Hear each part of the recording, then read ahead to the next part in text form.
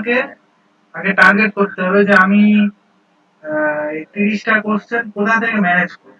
First হচ্ছে teaching. Teaching থেকে 5টা কোশ্চেন থাকে, 5টার মধ্যে মোটামুটি 3-4টে পারবে, ঠিক আছে। তারপর হচ্ছে কমিউনিকেশন, কমিউনিকেশনে 3-4টে পারা যাবে। তারপর হচ্ছে আনসিন, আনসিনটা শেষের দিকে করবে, তাও আনসিনটা হিসাবের মধ্যে রাখবে, যেহেতু আনসিনটা মোটামুটি তুমি যদি রিডিং দিতে পারো 3টে কোশ্চেনের অ্যান্সার তুমি পারবে 100%, ঠিক আছে। তারপর যে ডিআইটা, যারা ম্যাথ পারো ডিআইটা অবশ্যই করবে। ডিআই এ 3টে কোশ্চেন যারা ম্যাথ পারো না তারাও পারো, ঠিক আছে। এবার আছে লজিক্যাল রিজনিং এর মধ্যে তোমার নাম্বার সিরিজ, ব্লাড রিলেশন, তারপর হচ্ছে কোডিং ডিকোডিং, এই 3টে সবাই পারবে। আর নাম্বার সিরিজ অনেক সময় একটু কঠিন এলে সেটা নাম্বার সিরিজটা স্কিপ করা যায়, কিন্তু কোডিং ডিকোডিং ব্লাড রিলেশন পারতেই হবে। আচ্ছা, এবার ওই সুদ কষা অঙ্ক টঙ্ক দেয়, ওগুলো যে যারা পারবে না স্কিপ করে দেবে, কোনো সমস্যা নেই, ঠিক আছে। এবার ওটা গেল, ডিআই গেল। এবার হচ্ছে টেকনোলজি, কম্পিউটার। কম্পিউটারে 5টার মধ্যে 3টে তোমাকে করতে হবে। কম্পিউটার নিলে তারপর হায়ার এডুকেশন থেকে এনআই এর যে র্যাঙ্কিংটা এবারে বেরিয়েছে, ওই র্যাঙ্কিং এর পিডিএফটা তোমাদের কাছে আছে? যদি না থাকে আমি দিয়ে দেবো। ওই র্যাঙ্কিং থেকে একটা বা দুটো কোশ্চেন করবে, ঠিক আছে। যে কোন ইউনিভার্সিটি টপে আছে অথবা কোন কলেজ টপে আছে, টেকনোলজির দিক থেকে কোন কলেজ টপে আছে, ঠিক আছে, বা ইঞ্জিনিয়ারিং এর দিক থেকে কোন কলেজ টপে আছে, ওভারঅল কোন কলেজ রয়েছে। তো এরকম কোশ্চেন তোমাদের এনআইএ র্যাঙ্কিং থেকে অবশ্যই একটা বা দুটো পড়ছে। পল সায়েন্সের একটা বিষয় থাকে, মন্ত্রিসভার একটা বিষয় থাকে, ওই বিষয়টা আমি দেখিয়ে দেবো। তারপর হচ্ছে এনভায়রনমেন্ট, এনভায়রনমেন্ট থেকে কিন্তু কারেন্ট অ্যাফেয়ার্স টাইপের একটু কোশ্চেন থাকে, আমি দিয়ে দেওয়ার চেষ্টা করব। এনভায়রনমেন্ট থেকে তোমরা বেসিক ধারণাটা রেডি করে রাখবে, ঠিক আছে। তোমাদের কাছে যদি জিওগ্রাফির কারো উচ্চ মাধ্যমিক লেভেলের বা মাধ্যমিক লেভেলের বই থাকে, উচ্চ মাধ্যমিক লেভেলের বইটা ভালো হবে।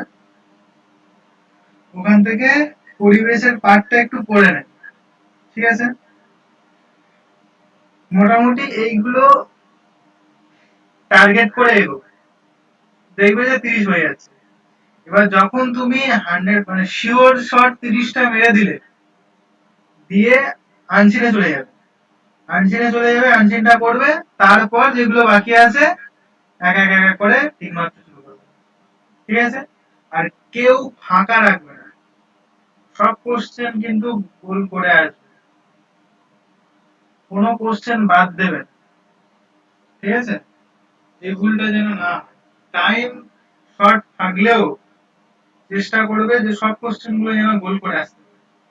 আর টাইমটাকে দুটো স্লটে ভাগ করে নেবে, নিয়ে ফার্স্ট পেপারের জন্য একটু বেশি সময় দেবে, আর সেকেন্ড পেপারের জন্য একটু, সেকেন্ড পেপারও শেষের আনসিনটা থাকছে, ওখানে একটু সময় লাগছে, তাও ফার্স্ট পেপারের জন্য একটু বেশি বরাদ্দ করে রাখবে, ঠিক আছে।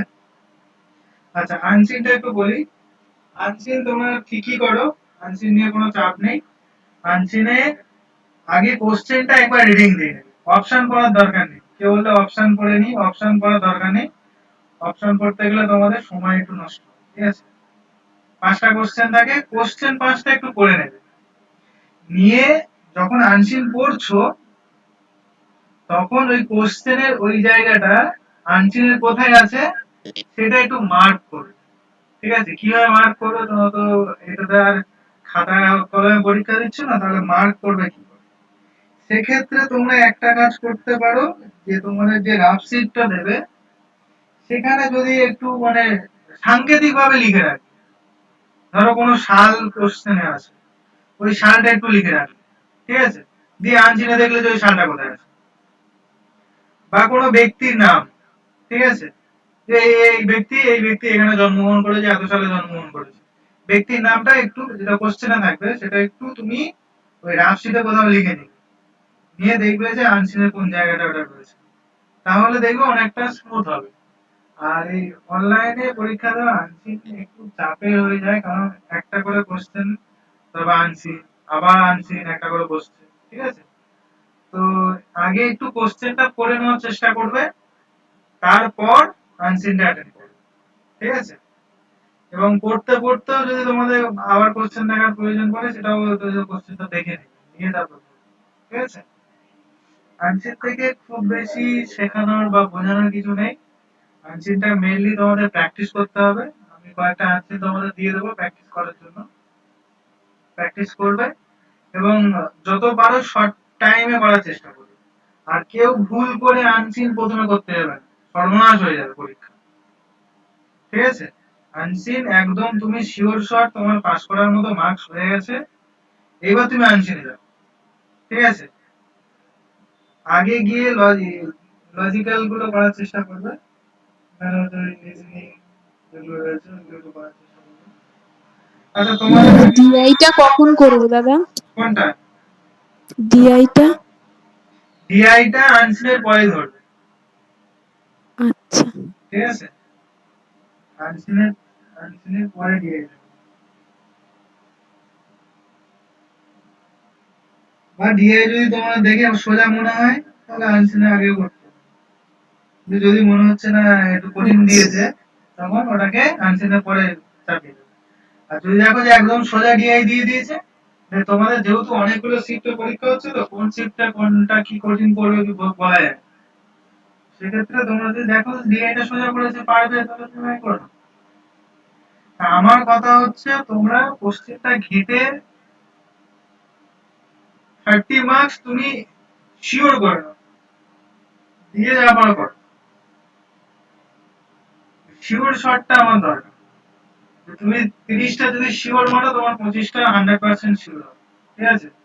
25টা সংস্কৃতে মারা মানে তোমার অনেকটাই নেট পাওয়ার ক্ষেত্রে জেআরএফ, কিন্তু যারা জেআরএফ পাওয়ার জন্য কাটছো, তাদের কিন্তু 30+ করতে হবে, ঠিক আছে? আর এইবার যেহেতু কোশ্চেনের প্যাটার্ন চেঞ্জ হয়েছে, একটু কোশ্চেন টাফও আসছে, তো ফার্স্ট পেপারটা করবে। আনছেন তাহলে আগে তুমি একটু কোশ্চেনটা পড়ে নিয়ে তারপর অ্যান্সারটা করার চেষ্টা করবে, ঠিক আছে? বা রাফ শিটে একটু কোশ্চেনটা, যদি কোনো কোশ্চেনে মানে পুরো কোশ্চেন আবার রাফ শিটে লিখতে যাও না, সেক্ষেত্রে আরো টাইম নষ্ট হয়ে যাবে। আমি বললাম যে কোনো সাল যদি থাকে, কারো কোনো ব্যক্তি, মানে যেটা দেখে তুমি আনসিনে ইন্ডিকেট করতে হবে। আনসিনটা পড়ার সময় তোমার রাফ শিটে যা লিখে নিলে, এটা যাতে চোখে পড়ে, সেরকম কিছু যদি লিখে পড়তে পারো, তাহলে দেখবে আরো সোজা হবে, সোজা লাগবে, ঠিক আছে? আচ্ছা আগের দিন তোমাদের কোশ্চেনে একটা নতুন একটা, যেটা আমি করাইনি সেটাই দিয়েছিলাম, তো সবাই পেরেছো ওটা? কেউ তো অ্যান্সারই পাঠায়নি, কি বলবো?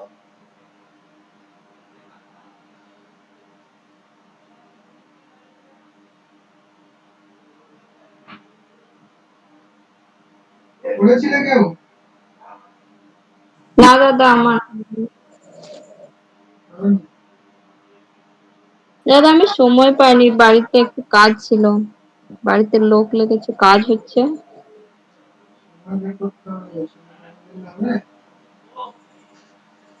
দাদা হয়ে যাবে, 2-3 দিনের মধ্যে হয়ে যাবে। টাইম এন্ড টাইট ইনভাইট করি, কি দেখাচ্ছে ডিস্ট্রিক্ট যুক্ত সুপুর দেখাচ্ছে।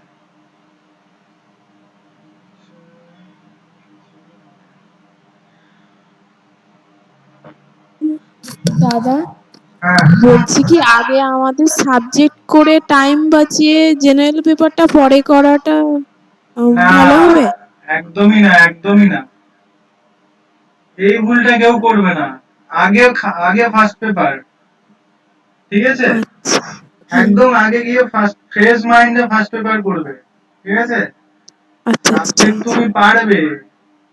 এবার তুমি তোমার যদি বাই চান্স ধরো সাবজেক্ট যদি কঠিন আসে, সেক্ষেত্রে তোমার আর ব্রেন কাজ করবে না, সর্বনাশ, সাড়ে সর্বনাশ হয়ে যাবে। ভুল করেও কেউ আগে সেই করতে জন্য তো যাবে না। শুনে নিলাম। ঠিক আছে। না না না, একদমই না, একদমই না, ঠিক আছে? সাবজেক্টের জন্য সময় পাবে, সাবজেক্টের জন্য সময় বেশি হবে না, পাবে, সময় পাবে। আগে যেরকম সময় বেশি হতো, কিন্তু ওই শেষে আনসিন থাকছে, আর্জিন গুলো হচ্ছে আমাদের সময় খেয়ে নিচ্ছে। যাই হোক, পরীক্ষার আগে আরো এটা আলোচনা হবে। আজকে আমি এই বিষয়টা তোমরা কে কে জানো?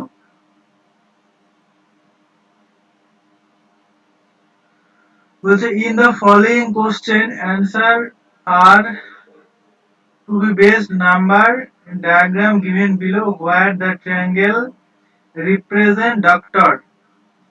ট্রায়াঙ্গেল মানে কি? তিনটে অ্যাঙ্গেল যার সেটা অ্যাঙ্গেল। ত্রিভুজ। তিনটে অ্যাঙ্গেল কে? তিনটে অ্যাঙ্গেল কার? ত্রিভুজ। ত্রিভুজের। আর সার্কেল বলছে যে ট্রায়াঙ্গেল রিপ্রেজেন্ট ডাক্তার, মানে হচ্ছে এই যে ট্রায়াঙ্গেলটা রয়েছে এটা যারা ডাক্তার তাদেরকে রিপ্রেজেন্ট করছে।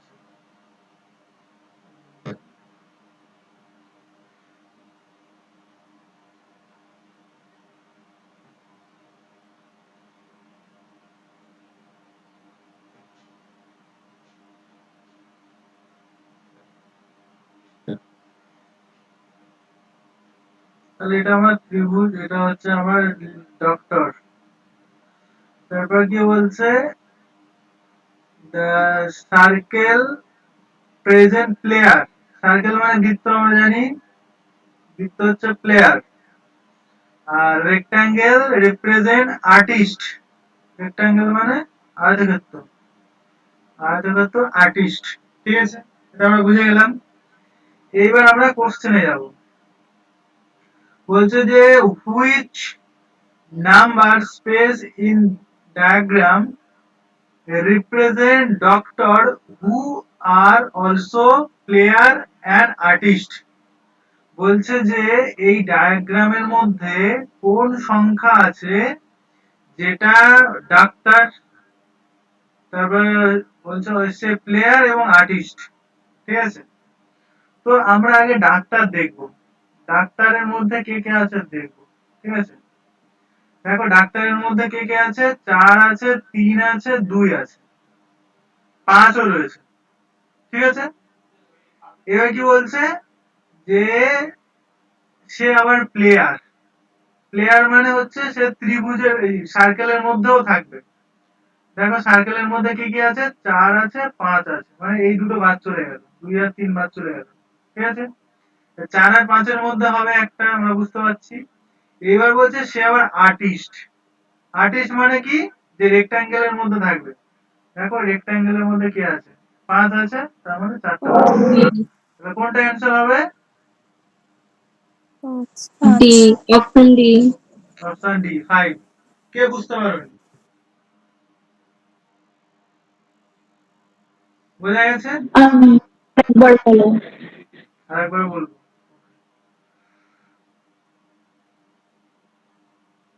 প্রথমে কি বলছে ভালো করে কোশ্চেনটা পড়ে। বলছে যে in the diagram represent doctor who are also player and artist. বলছে যে এই ডায়াগ্রামে এমন কোন সংখ্যা আছে যে সংখ্যা, প্রথমে বলছে সে ডাক্তার। আমরা ডাক্তার বলতে কোনটা বুঝেছি? যে ত্রিভুজের মধ্যে যেগুলো আছে সেই সংখ্যাগুলো ডাক্তার হবে। দেখো ত্রিভুজের মধ্যে কোন কোন সংখ্যা আছে? 4 আছে, 4 আছে, 3 আছে, 5 আছে, 2 আছে, এইগুলো সবাই ডাক্তার। বোঝা গেছে? এবার বলছে who are also player and artist. বলছে সে আবার প্লেয়ার। প্লেয়ার বলতে কোনটা? যেটা হচ্ছে বৃত্তের মধ্যে আছে, যেটা এটা হচ্ছে প্লেয়ার। মানে ডক্টর এবং প্লেয়ার, তাহলে হচ্ছে ডক্টর মানে সে ত্রিভুজের মধ্যে থাকবে, আর প্লেয়ার মানে সে বৃত্তের মধ্যে থাকবে। তাহলে বৃত্ত এবং ত্রিভুজের মধ্যে কোন দুটো আছে? 4 আছে, 5 আছে, মানে এই দুটো আমাদের বাদ চলে গেল। ঠিক আছে, মানে 2 আর 3 এরা ডাক্তার ছিল, এরা বাদ চলে গেল। তার মানে আমাদের দুটো আমরা পেলাম অপশন 4 আর 5। ঠিক আছে, এইবার আমাদের দেখতে হবে এই 4 আর 5 এর মধ্যে কে আর্টিস্ট। এবারে আমরা আর্টিস্ট কি বলেছে? আর্টিস্ট মানে হচ্ছে তোমাদের এ। এ আর্টিস্ট, এ হচ্ছে রেক্টাঙ্গেলের মধ্যে যে আছে সে হচ্ছে আর্টিস্ট হবে। এবার রেক্টাঙ্গেলের মধ্যে কি আছে? 4 আর 5 এর মধ্যে কোনটা রেক্টাঙ্গেলের মধ্যে আছে? 5। 5, মানে 4টা বাদ চলে যাবে, 4টা কেটে দেবো, দেখো 5। তাহলে 5 দেখো অপশন কোনটা আছে? ডি। বোঝা গেছে? হ্যাঁ কণিকা বুঝতে পেরেছো? রিয়া, হ্যাঁ দাদা রূপা, বুঝতে পেরেছি। মেহেদি? হ্যাঁ দাদা তারপর নেক্সটটা হ্যাঁ বলো। দাদা বুঝতে পেরেছি। নেক্সটটা বলো কি হবে? দাদা 6 হবে। ওরকম বললে হবে না, 100% কনফিডেন্সের সঙ্গে বলতে হবে। 6ই 6ই হবে। হবে। হ্যাঁ ঠিক দাদা। আছে? বাকিরা বাকিরা বার করো। কি বলেছে? Which number represent artist who are also player only? বলছে যে হুইচ নাম্বার রিপ্রেজেন্ট আর্টিস্ট, বলছে এখানে কোন নাম্বার যে আর্টিস্টকে প্রেজেন্ট করছে এবং সে আবার প্লেয়ার। আমরা আর্টিস্ট বলতে কোনটাকে বুঝেছিলাম? রেক্ট্যাঙ্গেল রেক্ট্যাঙ্গেল হচ্ছে আর্টিস্ট, আর বৃত্ত হচ্ছে প্লেয়ার, আর এটা হচ্ছে কি ডক্টর। এবার আমরা প্রথমে কি বলেছে আর্টিস্ট বের করব। তাহলে রেক্ট্যাঙ্গেলের আন্ডারে কোনগুলো আছে দেখো, 1 আছে, 6 আছে, 5 আছে, 2 আছে। ঠিক আছে? এইবার কি বলছে? Who are also player. Player মানে পি, মানে বৃত্ত। এবারে বলো যে বৃত্তর মধ্যে, বৃত্ত এবং রেক্ট্যাঙ্গেলের মধ্যে কোনটা কোনটা পড়ছে? এই 2 কি পড়ছে? 5 আর 6 2 কি পড়ছে? এটা সেটা বলো। না তাহলে 2 কাটা। না। 1 পড়ছে না, 1 কাটা। তাহলে কোনটা কোনটা? 5 এবং 6 পড়ছে। এবার তোমরা অপশনে দেখো কোনটা রয়েছে। অপশনে 5 আছে, 6 আছে, দুটোই রয়েছে কি? 6 না আছে 6 আছে। 5 6 নেই। আছে। আর যদি 5 এবং 6 থাকতো তাহলে কি হতো? 6 হতো। 6 হতো না, তখন বোধ হতো। বোথ হতো কারণ দুটোই তো আছে ওর মধ্যে। দুটোই তো রয়েছে, এইদিকে আর্টিস্ট, এইদিকে আবার প্লেয়ার। ঠিক আছে? মানে এই দুটোই পড়ে গেল। তো 5 এবং 6, যেহেতু 5 অপশনে নেই তার মানে 6 আছে। কে বুঝতে পারবে? খুব সোজা জিনিস এবং মজার জিনিস। ঠিক আছে? তারপর দেখো কি বলছে?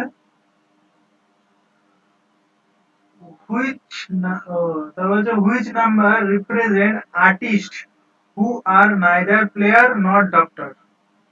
বলছে যে এর মধ্যে কোন নাম্বারটা আর্টিস্টকে রিপ্রেজেন্ট করছে যে প্লেয়ার নয় আবার ডাক্তারও নয়? তাহলে আর্টিস্ট কোনটা? এটা আর্টিস্ট রেক্ট্যাঙ্গেলের মধ্যে। এবার বলছে সে ডাক্তারও নয় প্লেয়ারও নয়। এবার আর্টিস্ট কে কে আছে? 1, 6, 5, 2। ঠিক আছে? ওগুলো হবে না। এবার আমরা একটু আগেই দেখলাম যে 5 আর 6 এরা আর্টিস্ট আবার প্লেয়ার। ঠিক আছে? তার মানে 5 আর 6টা কেটে দাও। এবার 2টা দেখো, 2টা আবার হচ্ছে ডক্টর আবার আর্টিস্ট। তাহলে 2টাকে দাও। কত করে আছে? Option A. ক্লিয়ার? হ্যাঁ বলো। তারপরেরটা পড়ো, তারপরটা পড়ো সবাই। স্যারেরটা।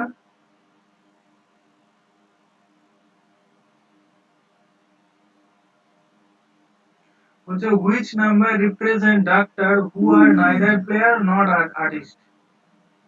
ডক্টর নাম্বার কোনটা পেয়েছিলাম? ট্রায়াঙ্গেলটা ডক্টর পেয়েছিলাম। দেখো ট্রায়াঙ্গেলের মধ্যে কোনটা শুধু ডাক্তার হচ্ছে, কোনটা দেখো? যে শুধু ডাক্তার সে প্লেয়ার নয় আর্টিস্ট নয়। তাহলে কোনটা পড়ছে? 3। কোনটা? 3। সবাই একমত? Option B. হ্যাঁ সবাই একমত? কোন কি অপশন? অপশন বি দাদা। বি। দেখো এই 3টা শুধুমাত্র ডাক্তার। তো এইগুলো দেখো, এ ত্রিভুজের এ হচ্ছে তোমার রেক্ট্যাঙ্গেলের মধ্যে পড়ে গেছে, এটা বাদ। এ রেক্ট্যাঙ্গেল আবার এর মধ্যে পড়ে, যেটাও বাদ। এ আবার এর মধ্যে সার্কেলের মধ্যে পড়ে গেছে, মানে শুধু 3। শুধু 3 আনসার কোনটা? বি। ঠিক আছে? তারপরেরটা কি বলছে? Which number represent player who are neither artist not doctor? বলছে যে প্লেয়ার 7 8 হবে। প্লেয়ার হচ্ছে এটাকে প্লেয়ার পেয়েছিলাম। শুধু প্লেয়ার কোনটা দেখো, যে ডাক্তার নয় আবার আর্টিস্ট। দেখো চারটা হচ্ছে প্লেয়ার কিন্তু ওই আবার ডাক্তার, চারটা বাদ। পাঁচটা দেখো, প্লেয়ার আবার আর্টিস্ট আবার ডাক্তার, এটাও বাদ। তার মানে 7 পড়ে আছে, 8 পড়ে আছে। 7 8 কোনো অপশনে রয়েছে? অপশনটাতে তো আবার ভালো করে দেখা যাচ্ছে। এই তো এবার বুঝতে পারছি। হ্যাঁ, ডি অপশনে আছে। অপশন ডি 7 এবং 8। কে বুঝতে পারবে বলো? মানে অপশন ডি আছে। সোজা না কঠিন লাগলো? সোজা। যদি পরে পারবে। আচ্ছা কেন তোমাদের বলছি এটা এত অ্যানালজি। সহজ দেয়? হ্যাঁ এরকমই তো দেয়। এইবার আচ্ছা। তোমাদের এখানে একদম যে অপশন গুলো একদম সোজা সোজা দিয়েছে, ওখানে অপশন গুলো একটু কঠিন দেবে। তোমার যদি কনসেপ্ট ক্লিয়ার থাকে, এখানে পাঁচটায় পাঁচটা ঠিক করে চলে আসতে পারে। ঠিক আছে? মঞ্জু যদি এটা করানোর কথা বলছিলে তো? হ্যাঁ হ্যাঁ ওকে, বুঝতে পেরেছো? হ্যাঁ হ্যাঁ কনসেপ্ট যদি ক্লিয়ার থাকে, তুমি যে কোনো জানারই বেরিয়ে আসবে। ঠিক আছে? আচ্ছা আচ্ছা, আমাদের অ্যানালজি বলে একটা লজিক হয়। অ্যানালজিটা কি জানো?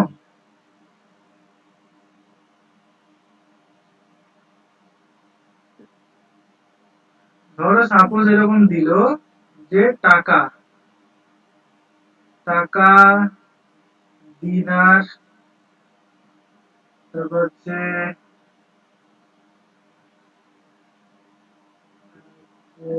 ডলার ডলার আর দিল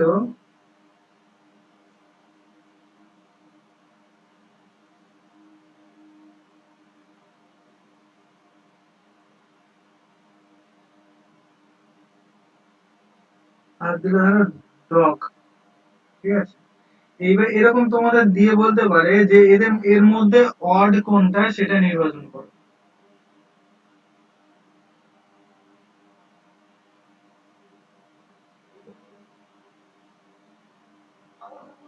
এর মধ্যে দাদা একবার বলো এগুলো। ডগ। একটা ডগ, তারপর হচ্ছে দিনার আর টাকা ডলার। এদের মধ্যে বলবে যে এর মধ্যে কোনটা ওয়ার্ড সেটা নির্বাচন করো। চুজ দ্য ওয়ার্ড টাকা ডগ। নিশ্চয়ই, কারণ বাকিগুলো ডি দিয়ে শুরু। না, বাকিরা কিংবা হয়তো এইগুলো খাবার, ডিনার, ডলার, এটাও হতে পারে, ডগটা আলাদা। দেখো টাকা হচ্ছে বাংলাদেশের, ডলার হচ্ছে হুম ইউএস ডলার, আর দিনার হচ্ছে হুম ওই কুয়েত বা ওইদিকে তেল হুম পাওয়া যে ডগটা কান্ট্রিগুলো, আলাদা। ওরা দিনারে করে। তো ডগটা দেখো, ডগটা আলাদা, ডগটা একটা প্রাণী। হুম ঠিক আছে? অথবা এখানে তিনটে হুম প্রাণীর নাম দিয়ে দিল, একটা ডলার দিয়ে দিল। তাহলে যদি তোমাদের ওয়ার্ড ওয়ান নির্বাচন করতে পারে, তাহলে যে প্রাণীর নাম যেটা নেই সেটা হবে। ঠিক আছে? এটা একটা দেয়। আর একটা দেয় এরকম, ধরো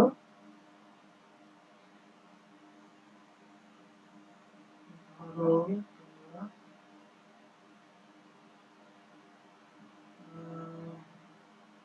ডলার দিয়ে দিল ইউএস। ঠিক আছে? US dollar. টাকা দিয়ে বলবে যে এখানে কি হবে, এখানে ড্যাশ পূরণ করো। ইন্ডিয়া। ইন্ডিয়া। না, ইন্ডিয়ার রুপি। ও টাকা হচ্ছে বাংলাদেশ টাকা, আচ্ছা বাংলাদেশের আচ্ছা রুপি। হ্যাঁ। ঠিক আছে? ডিনারটা কোথায় বললে? দিনারটা সম্ভবত কুয়েত সিটি দিনার, কুয়েতের। এবার দেখে বলতে হবে। কুয়েত বা এরকম কিছু এরকম কিছু একটা। ওই আরব আমিরশাহির ওই দিকে। ঠিক আছে? ওইদিকে ওরা দিনার use করে। তো এইরকম তোমাদের দাঁড়াতে পারে। ঠিক আছে? বললো যে বুক বুক হচ্ছে লাইব্রেরিতে থাকে। ঠিক আছে? তো হচ্ছে এখানে দিয়ে দিল ডক্টর। ডক্টর কোথায় থাকে? দিয়ে এরকম তোমার 4টে অপশন দিল, হসপিটাল, হোম, তারপর হচ্ছে প্রাইভেট চেম্বার,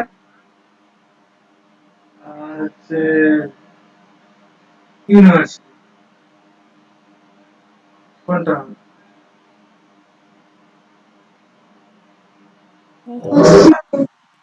হ্যাঁ, ইউনিভার্সিটি। ইউনিভার্সিটি হবে। ডাক্তার হচ্ছে সবসময় হসপিটালে হসপিটাল। থাকে। ডাক্তার হচ্ছে হসপিটালে থাকে, সে প্রাইভেট চেম্বারেও থাকতে পারে বা এতেও থাকতে পারে। হচ্ছে অ্যাজ ইউজুয়াল যেখানে থাকে, যেমন বই বই আমার বাড়িতে থাকতে পারে, আমার পার্সোনাল রুমে থাকতে পারে। তো বইটা লাইব্রেরিতেই, ঠিক আছে?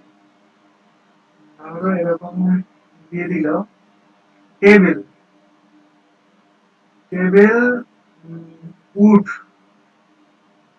এরকম একটা দিল। দিয়ে বললো যে তাজমহল, এরকম দিয়ে দিল তো ড্যাশ। দিয়ে তোমার দিল যে তাজমহল, যে আয়রন, তারপর হচ্ছে মাড, স্টোন, এরকম 3টে অপশন দিয়ে দিল। কোনটা হবে? স্টোন। স্টোন। স্টোন। যেহেতু টেবিলটা আমাদের উড দিয়ে মানে কাঠ দিয়ে তৈরি হচ্ছে, তাহলে তাজমহলটা কি দিয়ে তৈরি হবে? স্টোন দিয়ে। স্টোন। এইরকম ধরনের একটা অ্যানালজি তোমাদের দেখা যায়। ঠিক আছে?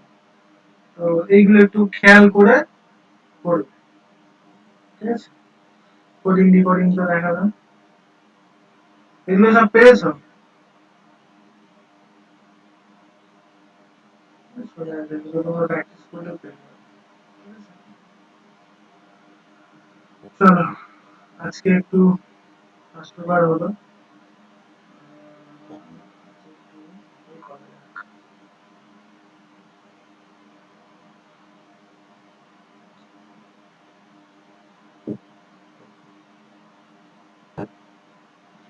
নাট্যশাস্ত্র হবে? নাট্যশাস্ত্র ছোট আছে।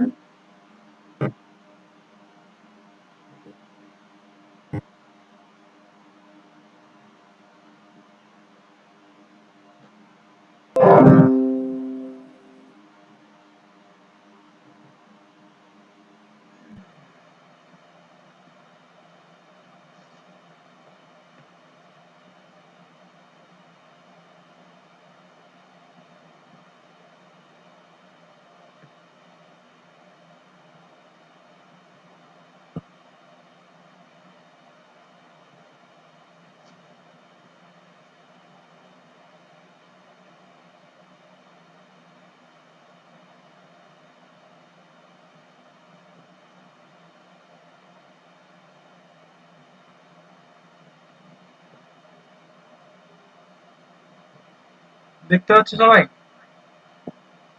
হ্যাঁ। হ্যাঁ দাদা। দেখো,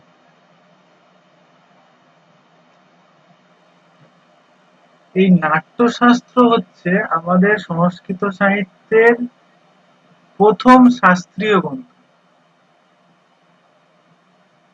ঠিক আছে? নাট্যশাস্ত্র হচ্ছে আমাদের সংস্কৃত সাহিত্যের প্রথম শাস্ত্রীয় গ্রন্থ, মানে কাব্য শাস্ত্রীয় গ্রন্থ বলতে পারো। ঠিক আছে? তো নাট্যশাস্ত্রের রচনাকার এবং নাট্যশাস্ত্রের রচনার কারণ নিয়ে, মানে তোমরা যদি নাট্যশাস্ত্র পড়ো, সেখানে নাট্যশাস্ত্রের প্রথম অধ্যায়ে হচ্ছে এটা নিয়ে আলোচনা করা হয়েছে যে হঠাৎ করে নাট্যশাস্ত্র তৈরি করার, মানে বা নাট্যশাস্ত্র লেখার কি প্রয়োজন পড়লো। তখন বলছে যে আমরা জানি কটা বেদ? চারটে। 4টে। হ্যাঁ, 4টে বেদ কি সবার পড়ার অধিকার ছিল? না। না। তো সেই জন্যে আমাদের হচ্ছে পিতামহ ব্রহ্মাকে ইন্দ্র প্রভৃতি দেবতাগণ একটা অনুরোধ করলেন আর তখন বলছি বড় করতে পারছি না বিষয়টা, হ্যাঁ হোয়াটসঅ্যাপে দেওয়া যাবে? কোনটা? গ্রুপে একবার দিয়ে দাও এটা, এই যে স্ক্রিনটা হ্যাঁ বড় হচ্ছে না। হচ্ছে তো। তুমি করো, ওই ও স্ক্রিনটা হ্যাঁ এরকম হ্যাঁ করে হ্যাঁ, জুম হয়েছে করো, হয়েছে, জুম ঠিক করো। আছে। হ্যাঁ ঠিক আছে, হয়েছে। হ্যাঁ, তো এবার ইন্দ্র প্রভৃতি দেবতাগণ কি বললেন, যে তখন জগতে অরাজকতার সৃষ্টি হয়েছে। অরাজকতার সৃষ্টি মানে সেই মাৎসন্যায় সৃষ্টি হয়েছে না তো তোমরা? মাৎসন্যায় সৃষ্টি হলে কি হয়, যে জলাশয়ের বড় বড় মাছগুলো ছোট মাছগুলোকে গিলে খায়, একটা চরম মানে খুব বাজে একটা পরিস্থিতি সৃষ্টি। তো যখন এরকম জগতে এরকম অরাজকতা সৃষ্টি হয়েছে, তখন মানুষ একটু শান্তি পাওয়ার আশায় হন্যে হয়ে ঘুরে বেড়াচ্ছে। তো তখনই দেবতাদের মধ্যেও অশান্তি। যেহেতু জগতে অশান্তি, তো দেবতারা আমাদের সৃষ্টিকর্তা, তারা কি করে শান্তিতে থাকবে? তারাও অশান্তিতে রয়েছে।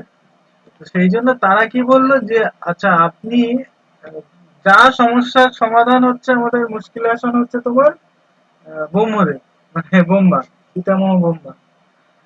যে দেবতাদের যা সমস্যা হোক, ব্রহ্মার কাছে সবাই ছুটে যায়।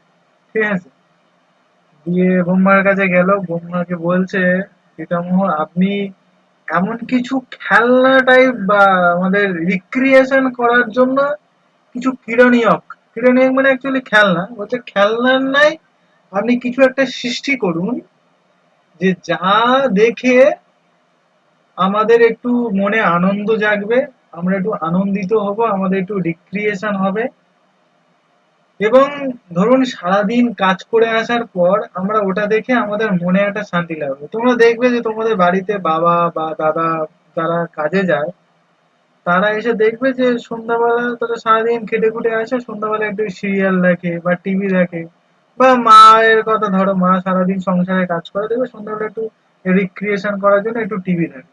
সবার বাড়িতে নিশ্চয়ই দেখে। তো এইরকম, যে আমরাও এই জগতে যে খুব অরাজকতা সৃষ্টি হয়েছে এবং আমরাও একটু শান্তি চাচ্ছি, আপনি এরকম শান্তির কিছু একটা সৃষ্টি করুন, এবং সেটা হচ্ছে সমস্ত বর্ণের অধিকার থাকবে।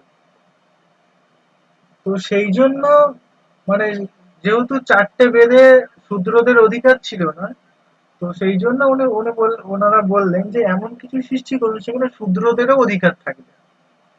তো সেই জন্য পিতামহ ব্রহ্মা ভরতের তত্ত্বাবধানে হচ্ছে এই নাট্যশাস্ত্র রচনা করতে বললেন। ঠিক আছে, তো নাট্যশাস্ত্র রচনার এটাই প্রেক্ষাপট। তো আমাদের প্রেক্ষাপট জেনে লাভ নেই, জাস্ট এমনি বললাম যে হঠাৎ করে তো নাট্যশাস্ত্র সৃষ্টি হতে পারে না। তো তখনই ভরত, তার ১০০ পুত্র ছিল, সেই ১০০ পুত্র দিয়ে তাদের অভিনয় এবং উর্বশী স্বর্গ থেকে অপ্সরদের নেওয়া হয়েছিল। এইবার এই যে নাট্যশাস্ত্র রচনা করা হবে, এই নাট্যশাস্ত্র কি নিয়ে রচনা করা হবে, বিষয়বস্তু কি হবে? তখন হচ্ছে ঋগ্বেদ থেকে পাঠ নেওয়া হলো। তোমরা ঋগ্বেদের সংবাদ সূক্ত পড়েছো সবাই? ঋগ্বেদের সংবাদ সূক্তটাকে হচ্ছে মানে নাটকের যে ডায়লগ, ঠিক আছে, ওই দেখবে সংবাদ সূত্রকে ডায়লগ হিউমস বলা হয়। তো ওই ডায়লগটাকে নেওয়া হলো। সামবেদে কি আছে আমরা জানি, সামবেদে কি রয়েছে? গান। সামবেদ থেকে গান, যজুর্বেদ থেকে নেওয়া হলো অভিনয়, এবং অথর্ববেদ থেকে নেওয়া হলো রস। ঠিক আছে, রূপা তোমার মাইক্রোফোন বোধহয় অন আছে। তো অথর্ববেদ থেকে রস নেওয়া হলো, নিয়ে এই নাট্যশাস্ত্র রচনা করা হলো, এবং এই নাট্যশাস্ত্র রচনার দায়িত্ব দেওয়া হলো আমাদের ভরত আচার্যকে। তো সেই জন্য নাট্যশাস্ত্রের রচনাকার রূপে ভরতকে রাখা হয়। কিন্তু এই নাট্যশাস্ত্রের প্রাচীন প্রবক্তা বা প্রাচীন আচার্য দ্রুহিণকে বলা হয়। দেখো এখানে, এটা আমরা যখন এমফিলে পরীক্ষা দিই, এমফিলের সময় এসেছিল, ঠিক আছে, যে দ্রুহিণ, অ্যাকচুয়ালি এই দ্রুহিণ ব্রহ্মার আর এক নাম হচ্ছে দ্রুহিণ। ঠিক আছে, তাহলে আমরা পেলাম রচনাকার পেলাম। এবার হচ্ছে উনি ওনাকে রসপ্রস্থানের, প্রস্থান বানানটা ভুল আছে, প্রস্থান অর্থ স্বয়ং, রসপ্রস্থানের জনক রূপে আমাদের ভরতকে বলা হয়, যেহেতু রসসূত্রের প্রথম উৎপত্তি আমরা এই নাট্যশাস্ত্রের ষষ্ঠ অধ্যায়ে পেয়ে থাকি।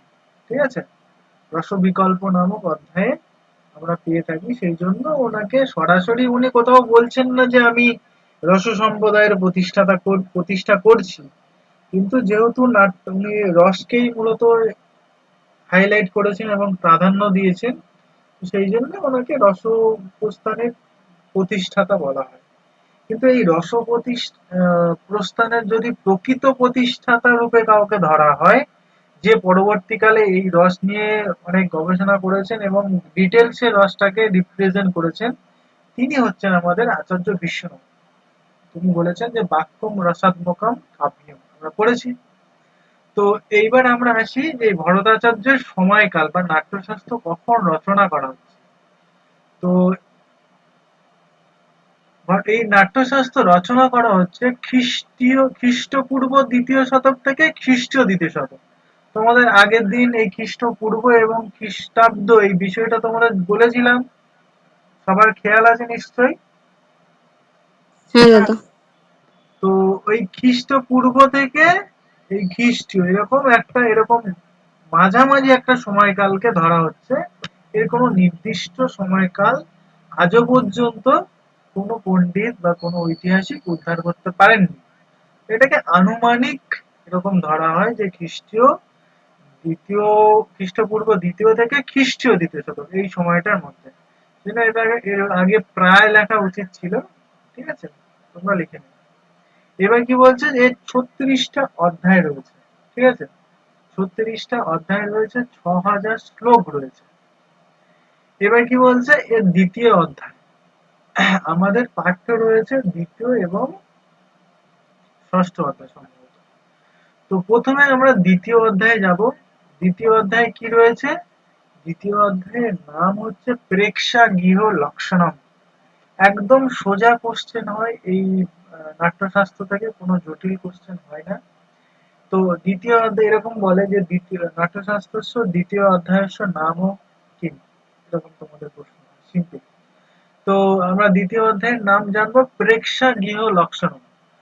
তোমরা যদি কেউ শুনে থাকো প্রেক্ষাগৃহ শব্দটা কেউ আগে শুনেছো? হ্যাঁ, গ্রিন রুম যেটাকে বলে ওটা। হ্যাঁ, বলছি দাদা, গ্রিন রুম যেটাকে বলে ওটা। না, গ্রিন রুম ঠিক না। প্রেক্ষাগৃহ মানে অ্যাকচুয়াল আমরা মানে সাধারণভাবে যে সিনেমা হল বলি না, হুম। সিনেমা হলকে প্রেক্ষাগৃহ বলে। ঠিক আছে, ও আচ্ছা। তো এইখানে প্রেক্ষাগৃহ বলতে আমাদের যে নাট্য মঞ্চ বা আমাদের ধরো আমাদের গান্ধী ভবন আছে যাদবপুরে, বা এরকম আমাদের হচ্ছে ওই দক্ষিণাপনের ওখানে দেখবে অনেকগুলো নাট্যশালা রয়েছে। সেই নাট্যশালাকেই বলা হচ্ছে প্রেক্ষাগৃহ, যে বা রঙ্গালয় যেটাকে বলা হয়। তো এই প্রেক্ষাগৃহ লক্ষণম বলতে কি, প্রেক্ষা মানে কি বলতো, প্রেক্ষা শব্দটাকে যদি আমরা ভাঙি, পূর্বক ইক্স ধাতুর অর্থ হচ্ছে দেখা, প্রকৃষ্ট রূপে দেখা। আমরা যেখানে খুব ভালো দেখতে পাই নাটক হচ্ছে বা এরকম কিছু, সেই গৃহটা যেখানে আমরা খুব ভালো প্রকৃষ্ট ভাবে দেখতে পাই এরকম নটনটিরা অভিনয় করছে বা এরকম বিষয়, তো সেটাকে হচ্ছে প্রেক্ষাগৃহ। তো আমরা বর্তমানে নাট্যশালা তো তেমন নেই, সিনেমা হলকে বলতে পারি। তো এই যে নাট্যশালা নির্মাণ করার তখনকার সময় কিছু পদ্ধতি ছিল। কি পদ্ধতি ছিল? যে এর কতটা মাপ হবে, এই নাট্য তোমরা দেখেছো, তোমরা নিশ্চয়ই তোমাদের যারা যাদের নতুন ঘর টর তৈরি হচ্ছে তারা দেখবে যে যখন আমাদের ঘর তৈরি করা হয় তখন দেখবে একটা ভিত পুজো করা হয়। ভিত পুজো করা হয় না, ভিত পূজা বলে। হুম। তো এই ভিত পুজো করা কেন কেন করা হয়? তোমরা কোনোদিন জিজ্ঞাসা করোনি যে এই ভিত পূজা কেন করা হচ্ছে, ভিত পূজা করে কি হবে? বলছি, বাবা, যাতে বাড়িতে তৈরি হয়, শান্তি থাকে সেই জন্য। ভেরি গুড, যে বাড়িতে যাতে কোনো দুষ্ট শক্তি নজর না লাগে, বাড়িতে শান্তি বজায় থাকে, বাড়িতে সুখ সমৃদ্ধি লাভ করে, সেই জন্য আমরা ভিত পূজা করি। আচ্ছা, তোমরা কি লক্ষ্য করেছো ওই যখন ভিত পূজা করা হয়, দেখবে অনেকে সোনা, তারপর যে রূপা, মানে এমন নয় যে সোনার চেন দিয়ে দিচ্ছে বা রূপার চেন দিয়ে দিচ্ছে, এরকম কিছু না, মানে সামান্য পরিমাণে একটু তুলোই করে নিয়ে বা একটু কেটে নিয়ে যখন ওই ভিত পূজা করা হচ্ছে, সেখানে ওই একদম ঈশান কোণের দিকে, ঈশান কোণে ভিত পূজাটা করা হয়। ওই ঈশান কোণে যেখানে পুজো দেওয়া হচ্ছে, সেখানে ওই সোনার টুকরো বা এর পুজোটা আরো বিভিন্ন টাকা পয়সা এ করে ওই জায়গায় পৌঁছে দেওয়া হয়। এটা আমরা দেখেছি। এবার আমরা যেটা দেখিনি বা আমরা যেটা পড়বো সেটা হচ্ছে রঙ্গালয়। এই রঙ্গালয়ও যখন তৈরি করা হতো, তখন এরকম একটা ভিত পূজা বা এরকম একটা পূজা করে, মানে আড়ম্বর করে রঙ্গালয় প্রতিষ্ঠা করা হতো। কেন? আমাদের তখন কি হতো যে সব সময় দেবতা আর অসুরদের মধ্যে যুদ্ধ লেগে থাকতো, ঠিক আছে? তো দেবতা আর অসুরদের, এই অসুরদের উপদ্রব থেকে রক্ষা পাওয়ার জন্য এই রঙ্গালয় সৃষ্টি করা হতো। এই রঙ্গালয়ে বিভিন্ন রকম ভিত পূজা বা বিভিন্ন নিয়ম মেনে রঙ্গালয় তৈরি করা হতো, যাতে অসুরদের ওই প্রকোপ না পড়ে, এবং সাথে কি হয় যে ওই রঙ্গমঞ্চটা সঠিকভাবে প্রতিষ্ঠা হয় এবং ওখানে যেন কোনো বিঘ্ন না সৃষ্টি হয়। এবং তোমরা যদি প্রথম অধ্যায়টা পড়ো, ওখানে দেখবে যে রঙ্গালয়ের কোন দিকে কোন দেবতাকে রাখা হচ্ছে। চন্দ্রকে রাখা হচ্ছে একদিকে, সূর্যকে রাখা হচ্ছে একদিকে, ইন্দ্রকে রাখা হচ্ছে একদিকে, বরুণকে রাখা হচ্ছে। মানে বিভিন্ন গেটে বিভিন্ন দেবতাদের অস্ত্র নিয়ে তাদেরকে দাঁড় করিয়ে দেওয়া হচ্ছে, যাতে ওই অসুররা এসে বিঘ্ন সৃষ্টি করতে না পারে। ঠিক আছে? তো আমাদের অত ডিটেলসে পড়ার দরকার নেই, আমাদের সিলেবাসে যতটুকু রয়েছে আমরা পড়ব। ঠিক আছে? তো আমাদের সিলেবাসে রয়েছে সে সাধারণভাবে একটা রঙ্গালয় কত বাই কত হতে পারে। সাধারণভাবে একটা রঙ্গালয় হচ্ছে 32 by 32, মানে 32 হাত লম্বা, 32 হাত চওড়া, এরকম একটা সাধারণভাবে একটা রঙ্গালয় তৈরি করা হয়। এইবার এই রঙ্গালয়ের স্পেসিফিক তিনটে ভাগ রয়েছে, সেটা হচ্ছে বিকৃষ্ট, চতুরস্র আর ত্রস্র। ঠিক আছে? বিকৃষ্ট মানে কি? সব থেকে বড় যেটা, এবং যেটা হচ্ছে আয়তাকার, এবং যেটা 108 হাত, সেটাই হচ্ছে আমাদের বিকৃষ্ট। চতুরস্র কোনটা? যেটা হচ্ছে 64 হস্ত এবং যেটা বর্গাকার, এবং যেটা ত্রস্র সেটা হচ্ছে ত্রিভুজাকার এবং 32 হাত তার হচ্ছে না। তো আমাদের এইখান থেকে যেটা প্রশ্ন হয় যে রঙ্গালয় প্রথমত কয় প্রকার, তাদের নাম, কোন রঙ্গালয় কেমন, আয়তাকার, বর্গাকার না ত্রিভুজাকার, কোন বর্গাকারের দৈর্ঘ্য কতটা, 108 হাত কোনটা, 64 হাত কোনটা, আর হচ্ছে কোনটা 32 হাত। এইটা আমাদের কোশ্চেন। ঠিক আছে? এইবার তোমাদের বলতে পারে যে সব থেকে বড় কোনটা, কোনটা সবচেয়ে বড়, দেখে কি মনে হয়? যেটা 108 হাত সেটাই সবচেয়ে বড়। বিকৃষ্ট। ঠিক আছে? বিকৃষ্ট সবচেয়ে বড়। ওই যে মধ্যম শ্রেণীর কোনটা, চতুরস্র। চতুরস্র। সব থেকে ছোট কোনটা, চতুরস্র। ঠিক আছে? এইরকম কোশ্চেন পড়ে, খুব ভিতর থেকে বা খুব জটিল কোশ্চেন অত আসে না। এবার বলছে যে সম্মুখ ভাগে একটা হচ্ছে রঙ্গ শীর্ষ করা। তোমরা দেখবে যে এখন বিয়ে বাড়ি বা অন্নপ্রাশন বাড়িতে যখন প্যান্ডেল হয়, দেখবে বিয়ে বাড়ি এরকম সামনে একটা বড় দেখে তোরণ মতো করা হয়। সে মানে এখন অনেক, মানে যাদের বিয়ে হচ্ছে তাদের ছবি দিয়ে করে। আগে কি হতো, একটা বড় দেখে একটা প্রজাপতির ছবি এঁকে দিত। তারপরে ওই সোলারের একটা, মানে সোলার নির্মিত একটা প্রজাপতি এরকম দিয়ে দিত। তো ওইটাকে বলা হয় যে তোরণ বা রঙ্গশীর্ষ। তেমনই নাট্যগৃহের সামনে এরকম একটা তোরণ মতো করা হবে, যেটাকে বলা হচ্ছে নাট্য শীর্ষ, রঙ্গশীর্ষ। মানে ওই সামনটা দেখতে সুন্দর হয় যাতে, সেটা। এবার বলছে এর পশ্চাতে থাকবে নেপথ্য গৃহ। নেপথ্য গৃহটা কি? যেটাকে বলা হচ্ছে গ্রিন রুম। কে বলছিলে গ্রিন রুম, এই গ্রিন রুম যেখানে সাজগোজ করা হয়। তোমরা দেখবে যে সবসময় স্টেজের পিছনেই গ্রিন রুমটাকে রাখা হয়, তাই কি না? তোমরা এমনি গ্রামের দিকে যাত্রা বা এগুলো দেখেছো, দেখবে গ্রিন রুমটা সবসময় স্টেজের পিছনেই রাখা হয়। বলেছে পূর্বে হীরা দেওয়া হয়, পূর্ব দিকে হীরা, দক্ষিণ এবং পশ্চিমে দেওয়া হয় নীলা, নীলাও একটা রত্ন, ঠিক আছে। উত্তরে দেওয়া হয় প্রবাল, প্রবালটা কেমন রঙের জানো? মধ্যভাগে দেওয়া হয় সুবর্ণ, প্রবালটা হচ্ছে লাল লাল রঙের। লাল। তোমরা ওই মেয়েরা যে পোলা পরো, হাতে পোলা পরে দেখেছো, শাঁখা এবং পোলা, পোলাটা দেখবে লাল বর্ণের হয়। তো ওই পোলাটাও অনেক সময় প্রবাল, প্রবালের কাজ করে, অনেকে দেখবে ওই পোলা আংটি করে আঙুলে পরে। তো তো সাধারণভাবে কেউ আর ওই শাখা পোলা পরে ঘোরে না, কিন্তু ওর একটা সাইন্টিফিক একটা বিষয় রয়েছে। সিঁদুর পরার একটা সাইন্টিফিক বিষয় রয়েছে, সিঁদুর পরলে মাথা ঠান্ডা থাকে, ঠিক আছে। যদিও মেয়েদের মাথা অনেক গরম হয়।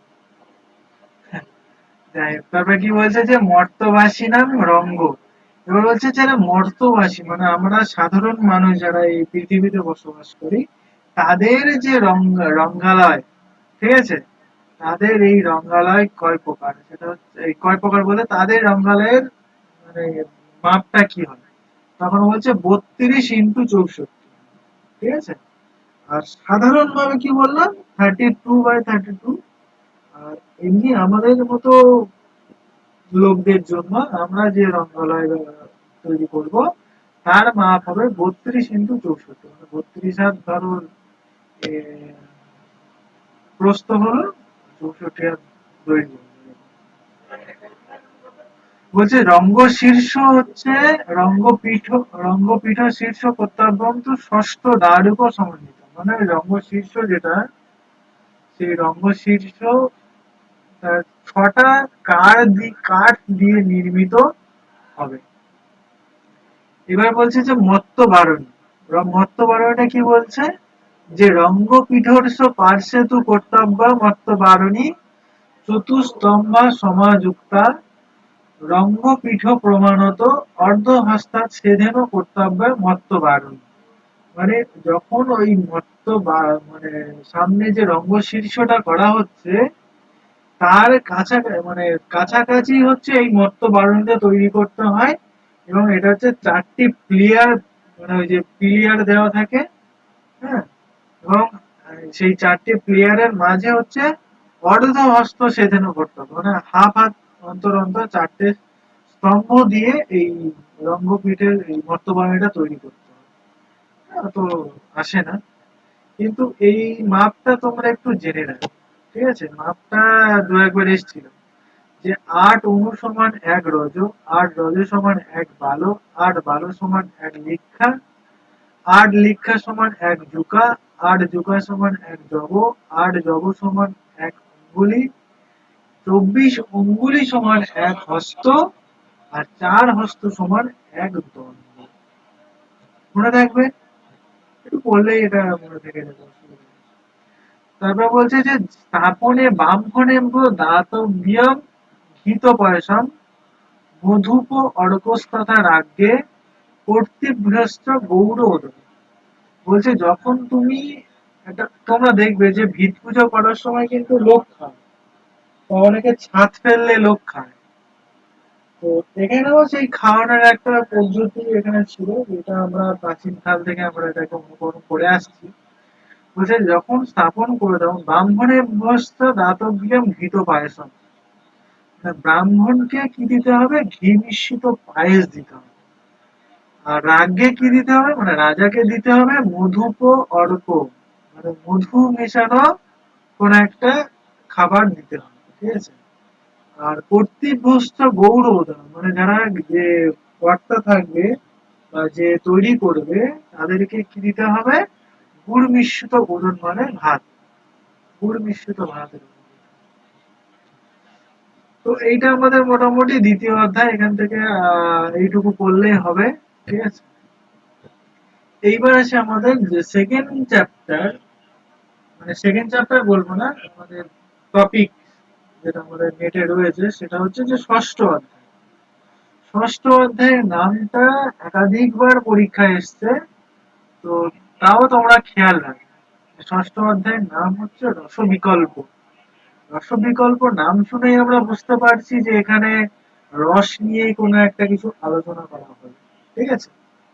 তো কি বলছে যে নহি রসাদৃতে কশ্চিদপি অর্থ প্রবর্ততে, এটা ভরত বলছেন। এই লাইনটা তুলে তোমাদের কোশ্চেন হয় যে এই লাইনটা কে বলেছে, কোথায় বলেছেন, নাট্যশাস্ত্রের কোন অধ্যায়ে বলা হয়েছে, সেই অধ্যায়ের নাম কি? তো আশা করি সব প্রশ্নের উত্তর তোমরা পারবে। এবার কি বলছে যে রস ইতি ক পদার্থ, তখন বলছে উচ্চতে আস্বাদ্যত্ব, বলছে যে যেটা আস্বাদন যোগ্য সেটাই হচ্ছে রস। রস সৃষ্টি কিভাবে হয়, তখন বলছে বিভাবানুভাব ব্যভিচারী সংযোগাৎ রস নিষ্পত্তি। বলছে বিভাব, অনুভাব এবং ব্যভিচারী ভাবের সংযোগে হচ্ছে এই রসের নিষ্পত্তি হয়। এখানে বলছে যে এটা সংগ্রহ বলে একটা পয়েন্ট করা হয়েছে, যে এখানে এই নাট্যশাস্ত্রের মধ্যে সংগ্রহ বলে একটা বিষয় রয়েছে। এই সংগ্রহের মধ্যে কি কি থাকবে, সংগ্রহ বলতে কি কি সংগ্রহ করার কথা বলা হয়েছে, হচ্ছে রস, ভাব, অভিনয়, ধর্ম, বৃত্তি, প্রবৃত্তি, সিদ্ধি, স্বর, স্তমাদ্যম, গানং, রঙ্গ, রঙ্গশ্চ সংগ্রহ। মানে হচ্ছে এই যে নাট্যশাস্ত্র, নাট্যশাস্ত্র একটা সংগ্রহ গ্রন্থ, এবং এর মধ্যে কি কি সংগ্রহ রয়েছে সেটাই বলছে। এখানে রস থাকবে, এই যে বিভাব, অনুভব, ব্যভিচারী ভাব, এই ভাবগুলো থাকবে, অভিনয় থাকবে। অভিনয় হচ্ছে আঙ্গিক, বাচিক, আহার্য, সাত্ত্বিক, এই চতুর্বিধ অভিনয়। ধর্ম থাকবে, বৃত্তি থাকবে মানে মানুষের জীবিকা, প্রবৃত্তি থাকবে বা কোনো কার্যের প্রবৃত্তি এরকম কিছু, তারপর হচ্ছে সিদ্ধি থাকবে, স্বর থাকবে, আতোদ্যম থাকবে, তারপর হচ্ছে গান, রঙ্গ, এগুলো সবই থাকবে এই নাট্যশাস্ত্রের মধ্যে। তো এইবার আমরা আসি যে বিভাব, অনুভাব এবং ব্যভিচারী ভাব। এই বিভাব, অনুভাব, ব্যভিচারী ভাব সম্পর্কে তোমাদের কারোর কোনো ধারণা আছে? তোমরা একটু বলো দেখি, অনেকক্ষণ আমি গল্প করছি। বিভাব কি, অনুভাব কি, ব্যভিচারী ভাব কি, এই সম্পর্কে তোমাদের কারোর কোনো ধারণা আছে?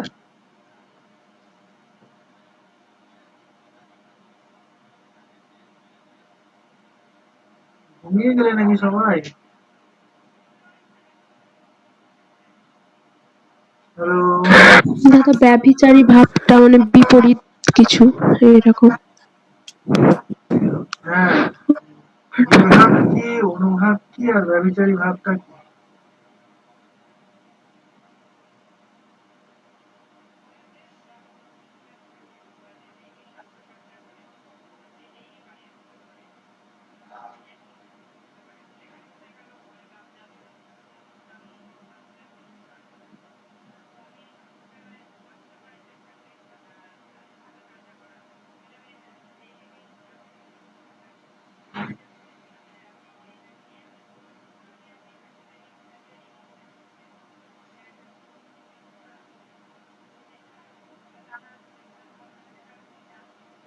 বলো, মঞ্জুশ্রী বলো।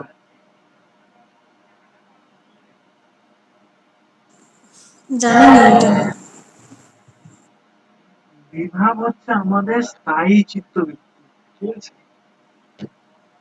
অনুভাব, বিভাবের পরে হচ্ছে অনুভাব, আর ব্যভিচারী ভাবটা হচ্ছে 33টা ব্যভিচারী ভাব রয়েছে। হুম,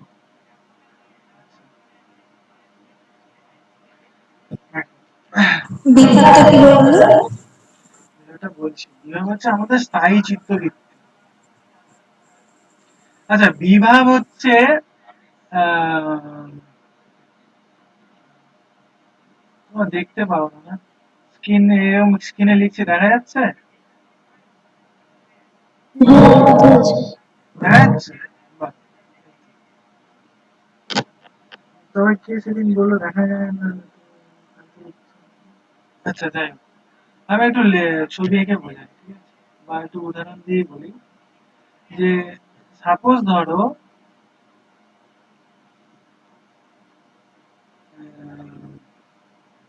কি বলি, হ্যাঁ অভিজ্ঞান শকুন্তলম দিয়ে বলি, সাপোজ ধরো যে অভিজ্ঞান শকুন্তলমে দুষ্যন্ত এবং শকুন্তলা যখন ধরো কুটিরে পরস্পর মিলিত হচ্ছে, ঠিক আছে, মানে ধরো কেউ নেই, নির্জন পরিবেশ, ঠিক আছে, এটা ধরো কুটির, ঠিক আছে, এই কুটিরের মধ্যে ওরা পরস্পর মিলিত হচ্ছে। এবার যখন আমরা দেখছি আমাদের মধ্যে তো একটা সিংহার রসের আগমন হচ্ছে, কিন্তু ওদের মধ্যেও একটা সিংহার রসের আগমন হচ্ছে, ঠিক আছে, এটা কুটির রয়েছে। তো এই কুঠিরে যখন দুষ্যন্ত এবং শকুন্তলা এর মধ্যে যখন মিলিত হচ্ছে, তো তখনই এই বিভাগটা হচ্ছে দুই প্রকার, একটা হচ্ছে আলম্বন আর একটা হচ্ছে উদ্দীপন। 2 নম্বরে কি উদ্দীপন। উদ্দীপনটা কি আর আলম্বনটা কি? উদ্দীপন আলম্বন হচ্ছে যে যাকে অবলম্বন করে রসের সৃষ্টি হচ্ছে, যে সাপোজ ধরো যখন আমরা দুষ্যন্ত এবং শকুন্তলা কুঠিরে মিলিত হচ্ছে, যে ওদেরকে দেখে সিংহার রসের একটা ওদের তখন পড়ার সময় বা যখন আমরা নাটক দেখছি, দেখার সময় একটা সিংহার ভাব একটা সৃষ্টি হচ্ছে। তো যাদেরকে অবলম্বন করে এই সিংহার রসের বা সিংহার ভাবের সৃষ্টি হচ্ছে তারা হচ্ছে আলম্বন বিভাগ। আর ওই যে মিলিত হওয়ার যে পারিপার্শ্বিক যে পরিবেশ, নির্জন কুঠির, মৃদুমন্দ বাতাস, তারপর হচ্ছে পাখির ডাক, কোকিলের পূজন, বা সৌরভ মানে ফুলের গন্ধযুক্ত বাতাস, ঠিক আছে, এই যে তাদের মিলিত হওয়ার যে পারিপার্শ্বিক যে পরিবেশ, তাদের পরস্পর মিলিত হওয়ার জন্য যে একটা পরিবেশ সৃষ্টি করে দেওয়া হচ্ছে, এই পরিবেশটাই হচ্ছে তোমার উদ্দীপন বিভাগ, যেটা মূল রসকে পুষ্ট হতে সাহায্য করছে। এবার অনুভাবটা কি, যে যখন দুষ্যন্ত এবং শকুন্তলা যখন এই কুঠিরের মধ্যে মিলিত হচ্ছে, শকুন্তলা দুষ্যন্তকে দেখে একটু লজ্জা পাচ্ছে, তার মাথা হেঁট হয়ে যাচ্ছে, এবং যখন দুষ্যন্ত শকুন্তলার কাছে যাচ্ছে তখন শকুন্তলা হাত সরিয়ে দিচ্ছে বা একটু লজ্জা পাচ্ছে, ঠিক আছে। তো এই যে লজ্জা পাওয়া বা একটু সরে যাওয়া বা ওর মুখ লজ্জায় আনত হয়ে যাওয়া, এই বিষয়গুলোকে বলা হচ্ছে অনুভাব। মানে যেগুলো যে সিম্বল গুলো দেখে আমরা বুঝতে পারবো যে এটাকে রসে সিংহার রসের সৃষ্টি হচ্ছে। তো অনুভাব মানে বুঝতে পারছো যে যে ভাবটা পরে আসে সেটাই হচ্ছে অনুভাব। এইবার বলছে যে এখানে ব্যভিচারী ভাব, এবং এই বিভাব, অনুভাব এবং ব্যভিচারী ভাব, এই তিনটের সংযোগই হচ্ছে তোমার মানে রস সৃষ্টি হয়। এবার ব্যভিচারী ভাবটা কি? ব্যভিচারী ভাব হচ্ছে এই 33টা।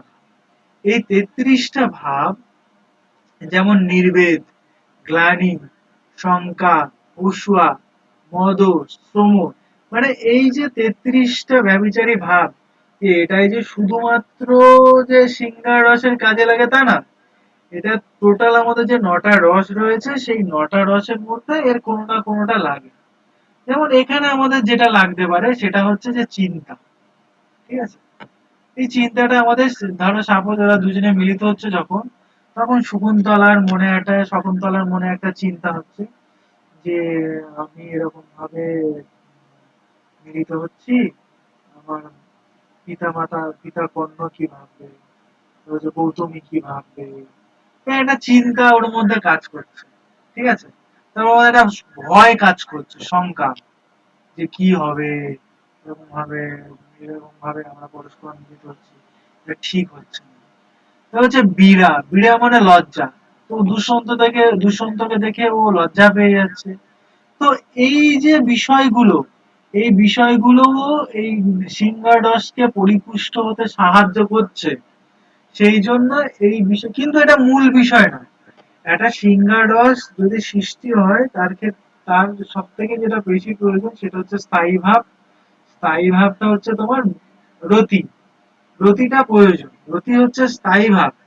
এবং রতি ছাড়া বাকি যে ভাবগুলো থাকছে সেগুলো সব ব্যভিচারী ভাবের মধ্যে পড়ে যাবে। ঠিক আছে? যে ব্যভিচারী ভাবের কাজ হচ্ছে মূল রসকে, মূল স্থায়ী ভাবকে ফুটিয়ে তোলা বা পরিস্ফুট করা, মানে রসকে পরিপুষ্ট করা হচ্ছে এই ব্যভিচারী ভাবের কাজ। তাহলে যেটা মূল ভাব সেটা বাদ দিয়ে যে ভাবগুলো ওই রসকে পরিপুষ্ট হতে সাহায্য করছে সেটাই হচ্ছে তোমার ব্যভিচারী। সাপোজ ধরো যে দুষ্যন্ত শকুন্তলায় দুষ্যন্ত শকুন্তলাকে চুম্বন করতে চাই, শকুন্তলা এরকম মুখ বাড়িয়ে দিল, তার মানে কোনো ফিলিংসই হলো না। কি হলো এটা বিষয়টা। কিন্তু যখন দুষ্যন্ত শকুন্তলাকে চুম্বন করতে চাইলো, শকুন্তলা একটু মাথায় লজ্জায় নাহানত হয়ে গেল, তারপরে বলে না না করছিল। এই যে বিষয়টা তোমরা যখন নাটকটা দেখবে তোমাদের মধ্যে না বিষয়টা বেশ টাচি টাচি একটা ভাব, মানে ওই যে রতি সেখানে রয়েছে, কিন্তু যখন ওই লজ্জা বা শঙ্কা, এই ব্যভিচারী ভাবগুলো যখন ওর সঙ্গে যুক্ত হচ্ছে না, তখন বিষয়টা আরো বেশ আমাদের মনের মণিকোঠায় স্থান পাচ্ছে। তো এইটাকে বলছে তোমার ব্যভিচারী ভাব। তাহলে হচ্ছে বিভাবটা আমরা বুঝতে পারলাম যে বিভাব হচ্ছে আমাদের স্থায়ী চিত্তবৃত্তি।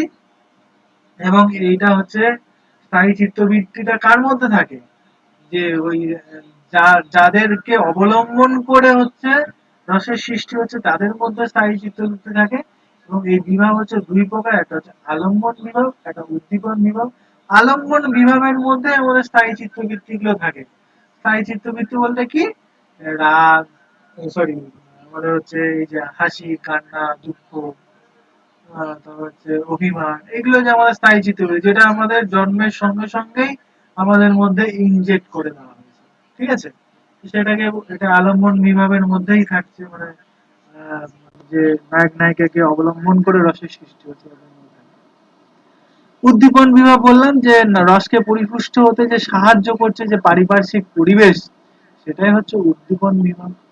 আর ব্যভিচারী ভাবটা কি বললাম, অনুভাবটা বললাম যে যখন রসটার সৃষ্টি হচ্ছে তার পরক্ষণেই তাদের যে শারীরিক যে এক্সপ্রেশন, সেই শারীরিক এক্সপ্রেশনটাই হচ্ছে অনুভাব।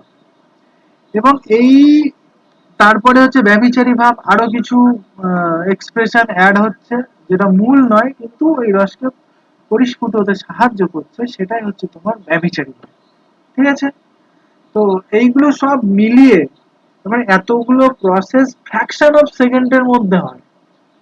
এই যে রস সৃষ্টির প্রক্রিয়াটা, ধরো আজকে স্থায়ী ভাব, কালকের অনুভাব, না আজকে ধরো বিভাব, কালকে অনুভাব, তারপর দিন ব্যভিচারী ভাব, এরকম না, মানে ফ্র্যাকশন অফ সেকেন্ডের মধ্যে এই রস সৃষ্টির প্রক্রিয়াটা হয়। ঠিক আছে? তো এটা হচ্ছে তোমার রস সৃষ্টি প্রক্রিয়া এবং রস সৃষ্টির পদ্ধতি, এটা তোমাদের আমি বললাম। তোমরা যদি বুঝতে পেরে থাকো বলো, নাহলে আবার আমি বলবো। আর আরো কিছু সাত্ত্বিক ভাব বলে একটা স্পেশাল পয়েন্ট করা হয়েছে, 8টা সাত্ত্বিক ভাব রয়েছে। স্তম্ভ, স্তম্ভ মানে একদম চুপচাপ হয়ে যাওয়া।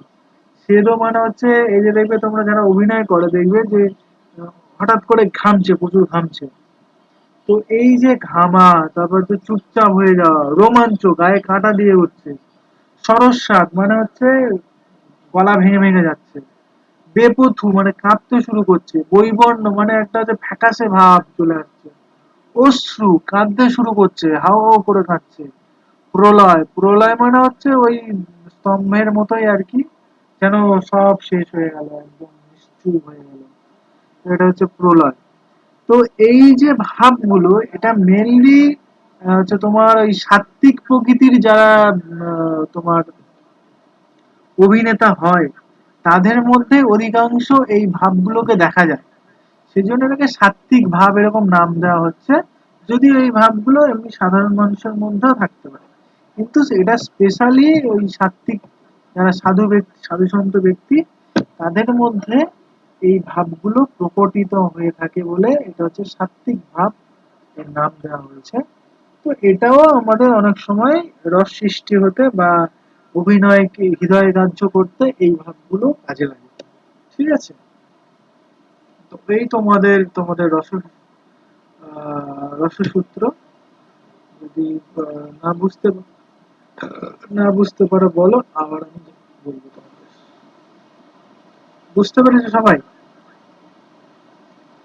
এতক্ষণ না না করছে, ব্যভিচার ভাবটা দাদা হ্যাঁ ব্যভিচার ভাবটা আরেকবার বলো। আচ্ছা, ব্যভিচারী ভাব। ব্যভিচারীটা ভাবটা কি বললাম, যে ধরো 9টা রসের 9টা স্থায়ী ভাব রয়েছে।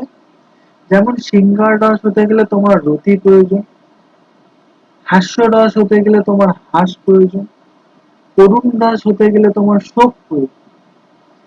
এইবার যখন রস সৃষ্টি হচ্ছে তখন শুধুমাত্র যে রতি দিয়েই সিংহার রস পরিপুষ্ট হবে এমন কথা নয়। সেই সিংহার রস পরিপুষ্ট হতে গেলে লজ্জারও প্রয়োজন, শঙ্কারও প্রয়োজন, আর হচ্ছে চিন্তারও প্রয়োজন। প্রয়োজন বলতে এর প্রাসঙ্গিকতা আসে। যদি এগুলোকে অ্যাড করা যায় তাহলে কি হয়, রসটা আরো বেশি হৃদয়গ্রাহ্য হয়। কিন্তু এদের সরাসরি রসের সঙ্গে তেমন ভূমিকা নেই। যেমন সিংহার রস হতে গেলে রতি প্রয়োজনই প্রয়োজন, রতি ছাড়া হবেই না। ঠিক আছে, কিন্তু এইগুলো কি করে, এগুলো যে তোমরা অনুঘটক পড়েছিলে, অনুঘটক কি করে, যে অনুঘটক হচ্ছে কোন রাসায়নিক প্রক্রিয়ার মানকে বাড়িয়ে দেয় অথবা কমিয়ে দেয় এবং নিজে শেষে অপরিবর্তিত থাকে। এটা অনেকটাই, মানে সরাসরি বলবো না যে অনুঘটকের কাজ করছে, কিন্তু অনেকটা অনুঘটকের মতো কাজ করছে। মানে সিংহারস তো হচ্ছে, যেমন দুঃসন্ধ শকুন্তলা পরস্পর যদি কুটিরে মিলিত হয় স্বাভাবিকভাবে দর্শকদের মনে তাদের মধ্যে সিংহারসের সৃষ্টি হবে। কিন্তু যদি তাদের মধ্যে শঙ্কা থাকে, চিন্তা থাকে, এটা সিংহারসকে পরিস্ফুট হতে আরো বেশি সাহায্য করে। তো সেই জন্য এটাকে ব্যভিচারী ভাব। ব্যভিচারী ভাব এই 33টা রয়েছে, যা হয় এই 33টার মধ্যেই হয়। ঠিক আছে, তোমাদের এখান থেকে প্রশ্ন হবে যে এই রস সৃষ্টির যে রসসূত্রটা দেবে, দিয়ে বলবে এটা কোথায় আছে, কোন অধ্যায়ে রয়েছে, কার লেখা, এর সঙ্গে রিলেটেড কে, ভরত। হচ্ছে 33 ব্যভিচারী ভাবের সংখ্যা জানতে চাইতে পারে, অথবা তোমাদের এরকম 4টে ভাব তুলে দিল, এখান থেকে 3টে ভাব দিল আর এখান থেকে একটা ভাব দিল, দিয়ে বলবে যে কোনটা ব্যভিচারী ভাব নয়। ঠিক আছে, অথবা এখান থেকে সাত্বিক ভাব থেকে 3টে তুলে দিল, এখান থেকে একটা তুলে দিল, দিয়ে বললো যে কোনটা ব্যভিচারী ভাব। ঠিক আছে, তো তুমি একবার রিডিং দিলেই বোঝা যাবে, অসুবিধা নেই।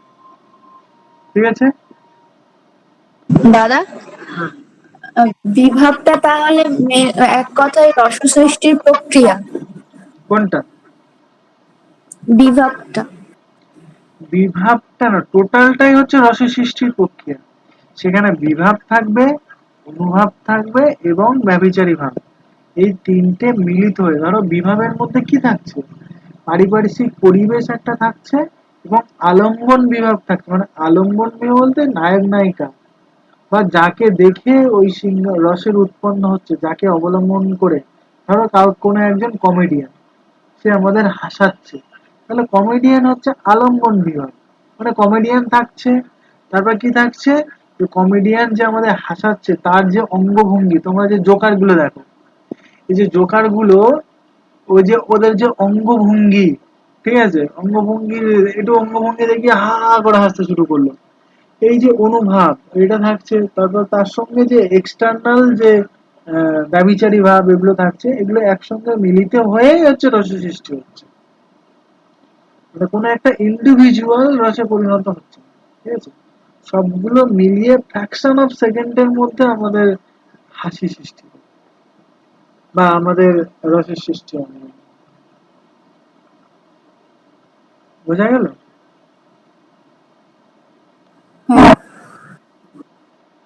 তো তো তোমাদের অত ডিটেলস জানার দরকার নেই, এমনি শুধু সিম্পল এগুলো রাখলেই হবে, ঠিক আছে।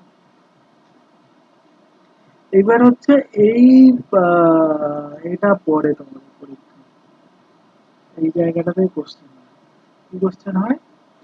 যে রস, স্থায়ী ভাব, বর্ণ, দেবতা। যে সিঙ্গারস হচ্ছে 3 প্রকার: বাক্য, বেশ, ক্রিয়া। সিঙ্গারসের স্থায়ী ভাব রতি, বর্ণ শ্যাম, আর দেবতা বিষ্ণু। এটা তোমাদের কিন্তু ওই ছকটা মুখস্থ করতে হবে, কিছু করার নেই। তবে তোমরা শর্টকাট করেও মনে রাখতে পারো যদি কারোর মনে না থাকে।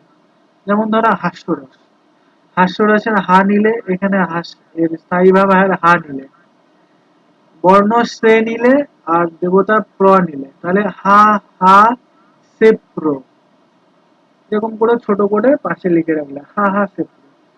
হচ্ছে হাতে হাস্যরস, হাতে হাস, সেতে শ্বেত বর্ণ, সাদা বর্ণ, আর প্রমথ মানে হচ্ছে তোমার মানে হচ্ছে প্রমথ দেবতা, ঠিক আছে। এই হাস্যরস হচ্ছে 6 প্রকার। কি কি? স্মিত, হসিত, বিহসিত, উপহসিত, অপহসিত, অতিহসিত। এই স্মিত এবং হসিত এই দুটো হচ্ছে উত্তম শ্রেণীর যারা নায়ক, তারা হচ্ছে এই স্মিত এবং হসিত এই দুটো হাসি ব্যবহার করে। তোমরা কোনো নায়ককে দেখবে না যে ওই ভিলেনদের মতো হা হা হা হা হা, বা রাবণের মতো এরকম হা হা হা হা করে হাসছে। নায়করা সবসময় কি দেয়? একটু স্মাইল দেয়, ঠিক আছে। তাই দেখে নায়িকারা ফিদা হয়ে যায়। স্মিত মানে একটা স্মাইল, ঠিক আছে। আর হসিত মানে কি? হসিত হচ্ছে একটু মানে হালকা দাঁতটা বেরোবে, ঠিক আছে। বিহসিত হচ্ছে মধ্যম শ্রেণীর যারা নায়ক রয়েছে, মধ্যম শ্রেণীর পাত্র পাত্রী যারা রয়েছে, নায়ক বলবো না, তারা হচ্ছে একটু বিহসিত, মানে তারা আর একটু দাঁতটা বেরোবে আর একটু হালকা আওয়াজ হবে, ঠিক আছে। উপহসিত তার থেকে একটু মানে পুরো একদম 32টা দাঁত বেরোবে আর একটু হালকা জোরে আওয়াজ হবে, এরকম মধ্যম শ্রেণীর। অপহসিত, অপহসিত তারপর কি বলে? অপহসিত একটু শরীর নাড়াবে, হালকা মাথা নাড়াবে, দাঁতটা তো পুরো বেরোবে, আওয়াজও হবে। আর অতি হসিত হচ্ছে এই যে তোমরা হেসে গড়াগড়ি খাও না, অতিরিক্ত হেসে ফেলে তখন কি হবে? এই হাসতে হাসতে মানে বলে না পেটে খিল লেগে গেছে, তো সেটা মানে একদম মাথা নড়বে, একদম সারা শরীর পুরো কেঁপে যাবে, সেটা হচ্ছে অতি হসিত। এটা হচ্ছে অধম শ্রেণীর যারা পাঠ্যপ্রার্থী থাকে নাটকে, তারাই হচ্ছে এই অতি হসিত, এরকম একদম হেসে লুটোপুটে খায়, ঠিক আছে। কোনো নায়ককে দেখবে না যেরকম হেসে গড়াগড়ি খাচ্ছে।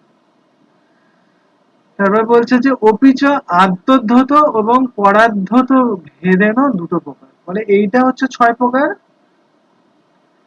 এটা একটা দিক থেকে এটা বিশ্বনাথের মতো ওই 6 প্রকার। এছাড়াও একটা ভাগ রয়েছে, সেটা হচ্ছে আত্মোদ্ধত, মানে তুমি নিজেই যদি কারোর হাসির কারণ হও, মানে নিজেই কোনো হাসির প্রসঙ্গ সৃষ্টি করলে, সেটা হচ্ছে নিজেও হাসতে শুরু করলে, মানে একটা জোকস বললে বন্ধুরাও হাসছে, তুমিও হাসছো, এটা আত্মোদ্ধৃত। আর পরোদ্ধৃত, তোমার বন্ধু কোনো জোকস শোনালে তুমি হাসলে, সেটা হচ্ছে পরোদ্ধৃত। আর বলছে যে করুণ রস হচ্ছে 3 প্রকার। একটা হচ্ছে ধর্মহানিজাত, মানে ধর্মহানি হলে কারো যদি ধর্ম বিনাশ হয়।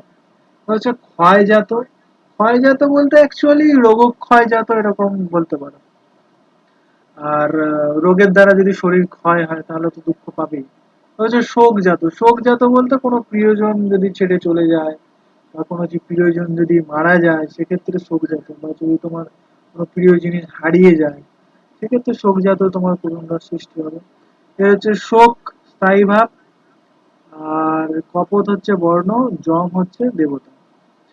রৌদ্র রস, রৌদ্র রস এর স্থায়ী ভাব হচ্ছে ক্রোধ, রৌদ্র রসে কোনো বিভাগ নেই। এর বর্ণ হচ্ছে রক্ত, আর রুদ্র মানে রৌদ্র মানে বুঝতেই পারছো যে একদম রেগে আগুন হয়ে যাওয়াটা হচ্ছে রৌদ্র রস। বীর রস, বীর রস হচ্ছে 3 প্রকার: ধর্মবীর, দানবীর, আর যুদ্ধবীর। এটা হচ্ছে 3 প্রকার। উৎসাহ হচ্ছে বীর রসের স্থায়ী ভাব, গৌর বর্ণ, আর মহেন্দ্র হচ্ছে দেবতা। আচ্ছা, এই ধর্মবীরের নাম বলো তো?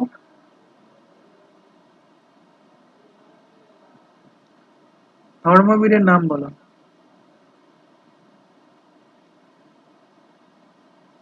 আরে ধর্মবীর যুধিষ্ঠির, এটা বলতে হচ্ছে। যুধিষ্ঠির। আর দানবীর কে? কর্ণ। কর্ণ। আর যুদ্ধবীর কে? অর্জুন। ভীম। কে? অর্জুন। যুদ্ধবীর যুদ্ধবীর অর্জুন। অর্জুন। আর একটা বীর আছে, কি বীর জানো? এখানে তিন প্রকার কর্মবীর। দেয়া আছে। কি? কি? কর্মবীর।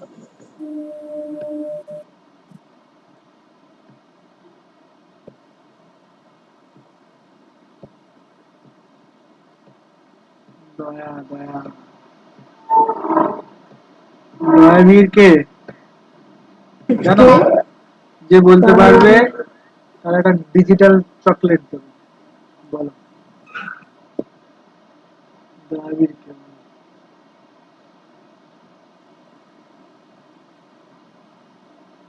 বলো, ট্রাই করো। ভুলে গেছি। চকলেট খাবে না? ভুলে গেছি, জানতাম। দয়াবীর হচ্ছে জীমূত বাহন, লিখে রাখো। দয়াবীর হচ্ছে জীমূত বাহন। আচ্ছা, তারপর হচ্ছে ভয়ানক রস। ভয়ানক রস হচ্ছে তিন প্রকার হয়, একটা ছলকিত ভাবে, তারপর হচ্ছে অপরাধজাত ভাবে। দানবীর, ওটা কি বললাম? দানবীর কর্ণ, হ্যালো। যুদ্ধবীর অর্জুন, ও, আর দয়াবীর হচ্ছে জীমূত বাহন।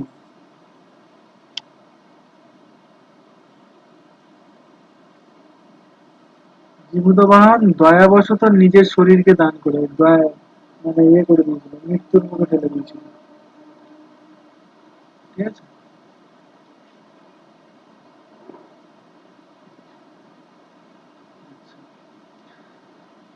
ভয় হচ্ছে ভয়ানক রসের স্থায়ী ভাব, কৃষ্ণবর্ণ। কাল হচ্ছে দেবতা। আচ্ছা, এই কাল আর মহাকাল এই দুটো একটু জেনে নেয়, এটা একটু এই জায়গাটা একটু খেয়াল করে পড়বে, ঠিক আছে? ভয়ানক হচ্ছে কাল, না কৃষ্ণ কাল, এইটা মনে রাখবে। ভয়ানক হচ্ছে কৃষ্ণবর্ণ আর দেবতা কাল। আর বীভৎস হচ্ছে যুভুক্ষা, নীল, নীল বর্ণ হচ্ছে মহাপাল। ঠিক আছে, নীল বর্ণ হচ্ছে মহাকাল। তোমরা শনিদেব দেখেছো? শনিদেব, শনির দশা, আমার শনির দশা চলছে, অ্যাস্ট্রোলজার বলেছে যে তোমার শনির একটা ভাব আছে। তো শনিদেবের দেখবে যে বসনটা থাকে ওটা নীল বসন থাকে, ঠিক আছে? শনিদেব হচ্ছে নীল বসন পরিহিত থাকে। তো শনি হচ্ছে মহাকাল। শনির দৃষ্টি যদি কারোর ওপর পড়েছে তার কপাল পুড়েছে। দাদা কি বললে অন্তর্দশা চলছে? হ্যাঁ, কি বললাম, বললে না এখানে অন্তর? বললাম যে কাল এবং মহাকাল এই দুটো যেন গুলিয়ে ফেলো না। যেহেতু ভয়ানক হচ্ছে কৃষ্ণবর্ণ, কৃষ্ণবর্ণ ক ক, ঠিক আছে? এই কৃষ্ণবর্ণ ক, আর এই কালের ক। আর নীল বর্ণটা, নীল বর্ণের বসন কে পড়ে? শনিদেব। শনিদেব হচ্ছে মহাকাল। জয় বাবা মহাকাল। এটা হচ্ছে ওয়াইফাই স্টাডিতে একটা লোক আছে, জয় মহাকাল, ঠোকো লাইক, ঠোকো কমেন্ট, এরকম। ঠিক আছে। এটা হচ্ছে অদ্ভুত। অদ্ভুত রস হচ্ছে দিব্য এবং আনন্দস্থিত, এটা হচ্ছে দুই প্রকার। অদ্ভুত রসের স্থায়ী ভাব হচ্ছে বিস্ময়। বর্ণ হচ্ছে পীত। পীত মানে কি বর্ণ বলো তো? গুড, হলুদ। এটা হচ্ছে ব্রহ্মা। হ্যাঁ। শান্ত রস, স্থায়ী ভাব নির্বেদ বা সম। কুন্দ পুষ্পবধ। আর এর দেবতা হচ্ছে নারায়ণ। নারায়ণ হচ্ছে প্রেমের দেবতা। তোমরা দেখবে সব সময় লক্ষ্মীকে নিয়ে পদ্মায় মানে পদ্মার কি পদ্ম ফুলের ওপর শয়ন করে থাকে। বেচারা বেশ মজায় থাকে সবসময়। বেচারা বলবো না, ভালো বেশ, সবসময় বেশ রোমান্টিক মুডে থাকে। আর চক্র ঘুরেই যাচ্ছে, ঘুরেই যাচ্ছে। আমার তো মনে হয় ওটা হচ্ছে গিয়ে লক্ষ্মীকে হাওয়া করে ফ্যান দিয়ে। যাই হোক, দেবতাদের নিয়ে মজা করা উচিত না। এবার বিষয়টা হচ্ছে যে এইখানে তোমাদের একটা প্রশ্ন হতে পারে যে কুন্দ পুষ্পটা কেমন, কেউ দেখেছো? কুন্দ পুষ্প, শিউলি পুষ্প দেখেছো তো? শিউলি ফুল, শিউলি তলায় ভোরবেলায়। হ্যাঁ দেখেছি। শিউলি ফুলটা কেমন হয়? একটু সাদা হয় না? কুন্দ পুষ্পটা হ্যাঁ সাদা ওরকম না, কুন্দ পুষ্পটা ওরকম সাদা হয়, ঠিক আছে? আমাদের বাড়িতে কুন্দ পুষ্প গাছ আছে। এই কমলা কুন্দ পুষ্প গাছ আছে, যদি কোনোদিন ফোটে আমি তোমাদের গ্রুপে ছবি তুলে পাঠাবো। কুন্দ পুষ্প, ঠিক আছে? আর বেশি কিছু নেই। এইখানে তোমাদের যেটা জানতে হবে, এই কটা একটু মুখস্থ করার ব্যাপার আছে, মুখস্থ করতে হবে না, দেখলেই মনে পড়ে যাবে। সাত্ত্বিক ভাব হচ্ছে 8টা, সেটা তোমাদের বললাম। অভিনয় হচ্ছে 4 প্রকার। আঙ্গিক মানে হাত পা নাড়িয়ে যে অভিনয় করা, সেটাকে আঙ্গিক বলা হয়। বাচিক, বাচিক হচ্ছে তোমার মুখে বলে, মানে মুখের মুখ বিকৃতির দ্বারা, এই মানে বচন বিকৃতি, কারো সেই খোঁড়া, মানে কারোকে ইমিটেশন করা খুব খারাপ ভাবে, ঠিক আছে? মানে কথা বলার মধ্য দিয়ে যে অভিনয়টা হয়, সেটা হচ্ছে বাচিক অভিনয়। আহার্য অভিনয়টা কি জানো? আহার্য অভিনয়টা কি? আহার্য মানে হচ্ছে তোমার ওই কি বলে ওটাকে, যে গহনা গাটি, বেশ পোশাক, ঠিক আছে? এইগুলো হচ্ছে আহার্য। সাপোজ ধরো যে আমি যদি আমি নিজের কথাই বলি, আমি একটা নাটকে অভিনয় করেছিলাম, সেটা হচ্ছে হাওড়া সাহিত্য সমাজে একটা নাটকে অভিনয় করেছিলাম। আমার একটা চরিত্র ছিল ভণ্ড সাধুর মতো, ঠিক আছে? তো ওখানে আমার সেই একদম সাধুদের ড্রেস ট্রেস পরিয়ে, গেরুয়া টেরুয়া পরিয়ে, হাতে একদম একটা তোর একটা বাঁশ ধরিয়ে দিয়েছে, ঠিক আছে? মানে ওই সাধুদের যে লাঠি হয় না, হাতে একটা কমণ্ডলে দিয়ে দিয়েছে, দিয়ে আমাকে মঞ্চে তুলে দিয়েছে, ঠিক আছে? তো বিষয়টা হচ্ছে যে আমি ধরো সাপোজ ওই ড্রেসটা যদি না পরতাম, তাহলে কি আমাকে ভণ্ড সাধু বা সাধু বলে কেউ কি মানতো? তো যখন যে চরিত্রে অভিনয় করছি আমরা, সেই চরিত্রের বেশভূষা, আহ, বেশ আমাদের নিতেই হবে, সেটাকে বলছে আহার্য।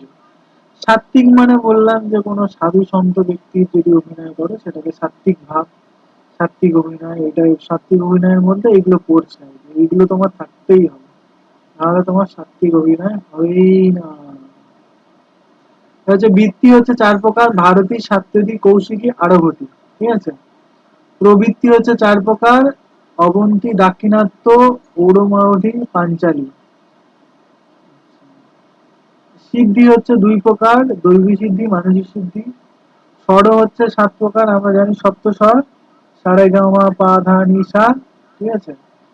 হচ্ছে শরীর ও বীণাজাত, এটা হচ্ছে স্বর 2 প্রকার হতে পারে, একটা শরীর জাত, একটা বীণাজাত। 7টা স্বর কি কি? নিষাদ, গান্ধার, ঋষভ, ধৈবত, সরজ, মধ্যম। বাদ্য হচ্ছে 4 প্রকার। তত, অবনদ্ধ, ঘন আর সুশীর। তত হচ্ছে তার নির্মিত, অনর্ধ হচ্ছে চর্ম নির্মিত, ঘন হচ্ছে করতাল, আমরা যেটা করতাল বলি, আর সুশীর হচ্ছে যেটা বাঁশি। আর ধ্রুবাগান 5 প্রকার। 5 প্রকার কি কি? প্রবেশ, আক্ষেপ, নিষ্কাম, প্রাসাদিক আর অন্তর। রঙ্গ হচ্ছে 3 প্রকার। বিকৃষ্ট, চতুরস্র, ত্রস্র, যেটা তোমাদের বললাম অতক্ষণ ধরে। এবার বলছে যে আমাদের যে 9টা রস রয়েছে, সেই 9টা রসের একটা সংক্ষিপ্ত পরিচয় এখানে দেওয়া রয়েছে। সাপোজ ধর এখান থেকে কেমন কোশ্চেন হবে তোমাদের বলি, তোমাদের মুখস্থ করার দরকার নেই, তোমরা ওই যে ছকটা রয়েছে, ওই ছকটা যদি তোমাদের মাথায় থাকে তাহলে অ্যান্সার দিতে পারবে। সাপোজ ধরো তোমাদের এরকম বললো যে ইষ্ট বধ নাসাদ বিপ্রিয় বচনস্থ সংসবাদপি। এইবার তোমরা বলো যে ইষ্টবধ মানে কি? তোমার যে ভালো বা প্রিয় কোনো কিছুর বধ করা হয়েছে, তাহলে তুমি কি হবে? তোমার উপর আনন্দ হবে, হাস্য রস হবে না করুণ রস হবে?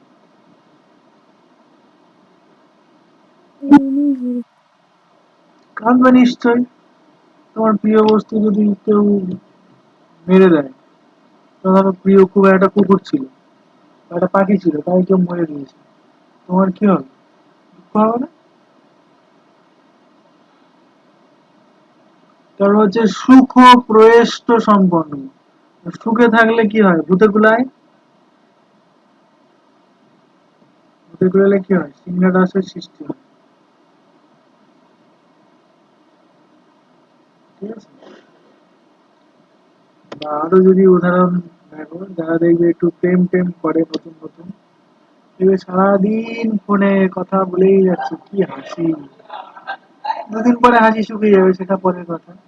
কিন্তু হচ্ছে প্রথমে দেখো যে কত সুখে আছে, কত হাসছে। ঠিক আছে? তার সুখ দেখে মনে হয় যে সিংহার রস ওর মধ্যে লেগে গেছে। এরকম আর কি। যুদ্ধ দেখলে, যুদ্ধ উপহার এইসব হচ্ছে রৌদ্র রস। বীর রস, উৎসাহ দেখলেই সেখানে চোখ বন্ধ করে বীর রস মেরে দিচ্ছ। ঠিক আছে? হচ্ছে ভয়ানক, বিকৃত স্বর, বিকৃত রব, মানে কেউ বিকৃত রব করে জোরে জোরে চেল্লাচ্ছে, তাহলে কি ভয়ানক একটা বিষয় সৃষ্টি হবে। তা হচ্ছে বীভৎস। বীভৎস বলছে উদ্বেগজনক, বিভৎস রস, মানে কোনো একটা উদ্বেগজনক কোনো পরিস্থিতি সৃষ্টি হবে। তারপর হচ্ছে অদ্ভুত রস, বলছে বাক্যম শীলম কর্মরূপম চ, এটা হচ্ছে অদ্ভুত, মানে কোনো বাক্য কর্ম দ্বারা কোনো কিছু অদ্ভুত কোনো সৃষ্টি হলে সেটাকে অদ্ভুত। জাস্ট একবার পড়ে নেবো, এটা কিছু নেই। ঠিক আছে? এবার তোমাদের একটা জিনিস আমি স্কিপ করে গেছি, এটা একবার বলি।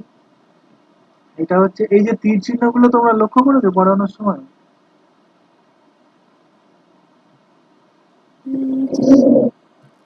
লক্ষ্য করোনি? আমি লক্ষ্য করেছি, আমি করেছি কিন্তু বলিনি। যাই হোক, এইখানে একটা জিনিস তোমাদের বলার আছে, সেটা হচ্ছে যে তোমাদের একটা কোশ্চেন হয় যে কোন রস থেকে কোন রসের সৃষ্টি হচ্ছে, কোন রস থেকে কোন রসের সৃষ্টি হয়। ঠিক আছে? তো সেক্ষেত্রে তোমাদের এটা মনে রাখতে হবে যে সিংহার রস থেকে দেখো তীর চিহ্ন এসছে হাস্য রসে।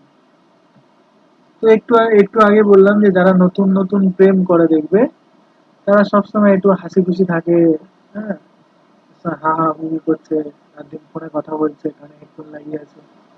তো সিঙ্গারা থাকলে হাসি খুশি থাকবে।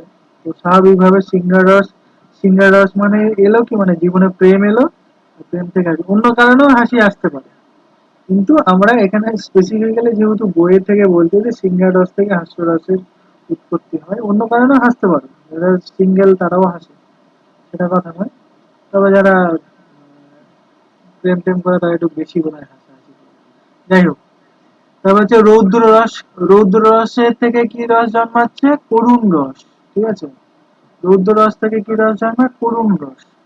মানে যারা দেখবে প্রচুর রাগী হয়, তোমাদের মধ্যে যদি কেউ থেকে থাকো প্রচুর রাগী, তারা কি হয়, যখন রেগে যায়, প্রচন্ড রেগে যায়, যাকে যাহা খুশি বলে উল্টো পাল্টা বলে ফেলে, গালাগালি দিয়ে দেয়, মেরে টেরে দেয়, অনেক সময় হাত পাত চালিয়ে দেয়। তো সে কি হয়, সে দেখবে তার পরক্ষণে, যারা প্রচুর রাগী হয়, তারা 1 ঘন্টা পরে, প্রথমে প্রচুর গালাগালি দিলে, ঝগড়া করলো, প্রচুর রাগ করলো, কিন্তু 1 ঘন্টা পরে সে আবার অনুতাপ করে করে প্রচুর কান্নাকাটি করে, প্রচুর দুঃখ পায়। তোমাদের মধ্যে যদি কেউ রেগে থাকে, মানে আমরা সবাই রাগি, ঠিক আছে, কম বেশি সবাই রাগি। রাগে হচ্ছে ধর্ম নষ্ট, আর ধর্ম নষ্ট হলেই তোমার দুঃখ হবেই। কেউ যদি প্রচন্ড কোনোদিন কোনো বিষয়ে প্রচন্ড রেগে যাও, তোমরা মাটির দিকে তাকিয়ে থাকবে 1 মিনিট, নিজে শান্ত করার চেষ্টা করবে। কারণ তোমাকে এটা মাথায় রাখতে হবে যে আমি এই যে রাগটা করছি, এই রাগের ফল আমাকে ভোগ করতে হবে। তো সেই কথাটা মাথায় রেখে তোমরা রাগ করো। যারা প্রেম টেম করে তারা তো কথায় কথায় রেগে যায়। ঠিক আছে? যে আহ, না, তোকে এখানে যেতে বারণ করেছিলাম, তুই কেন গিয়েছিস, দিয়ে ঝগড়াঝাটি করলো, করে ফোন টোন করা বন্ধ করলো, হয়তো ব্লক করলো। করার পর এবার যেই ফোন করছে না বা কথা হচ্ছে না, তখন কষ্ট হচ্ছে, দুঃখ হচ্ছে। তো করুণ রসের প্রবাহ চলছে। তারা প্রেম টেম করে, এটা ভালো জানবে। ঠিক আছে? এটা হচ্ছে রৌদ্র রস থেকে, মানে প্রচুর যারা রেগে যায়, রাগ থেকে হচ্ছে আমাদের দুঃখ হয়। দুঃখ হয় মানে করুণ রসের সৃষ্টি হয়। ঠিক আছে? এইবার আসছে বীর রস থেকে। দেখো, বীর রস থেকে হচ্ছে বীভৎস রসের সৃষ্টি হচ্ছে। সাপোজ ধরো, আমি সবসময় এই উদাহরণটা দিই, তোমরা আহ ঋত্বিকের ক্রিস বই দেখেছো বা প্রভাসের বাহুবলী দেখেছো। প্রভাস আমার খুব ফেভারিট হিরো। তো প্রভাসের বাহুবলী দেখেছো, তোমরা দেখেছো যে প্রভাস একদম একা লাফ মেরে মেরে একটা গাছে উঠে যাচ্ছে, তারপর হচ্ছে ওই যে তীর দিয়ে একসঙ্গে গাপ গাপ গাপ গাপ করে সব মেরে দিচ্ছে। মানে, বা তোমরা যদি ক্রিস বইতে দেখো বা শক্তিমান দেখো, সেখানে এক লাফে শক্তিমান সমুদ্র পার হয়ে যাচ্ছে, এক লাফে এখান থেকে এই বিল্ডিং থেকে ওই বিল্ডিং এ চলে যাচ্ছে। তো এটা অ্যাকচুয়ালি কি দেখাতে যাচ্ছে, যে ওদের বীরত্ব দেখাতে যাচ্ছে। কিন্তু যখন ও এক লাফে সমুদ্র পার করে দিচ্ছে, এটা তোর বীরত্ব হলো, ঠিক আছে, বীর রস আমরা বুঝতে পারলাম। কিন্তু এই বীর রসটা বোঝার পরক্ষণে যখন আমরা সীমান্তে বেরিয়ে এলাম, তো বলছি, এক লাফে কি সমুদ্র পার করা যায়? ইস, এটা বিভৎস হয়ে গেল, ঠিক আছে, এটা হয় না, এটা কি করে সম্ভব, ঠিক আছে।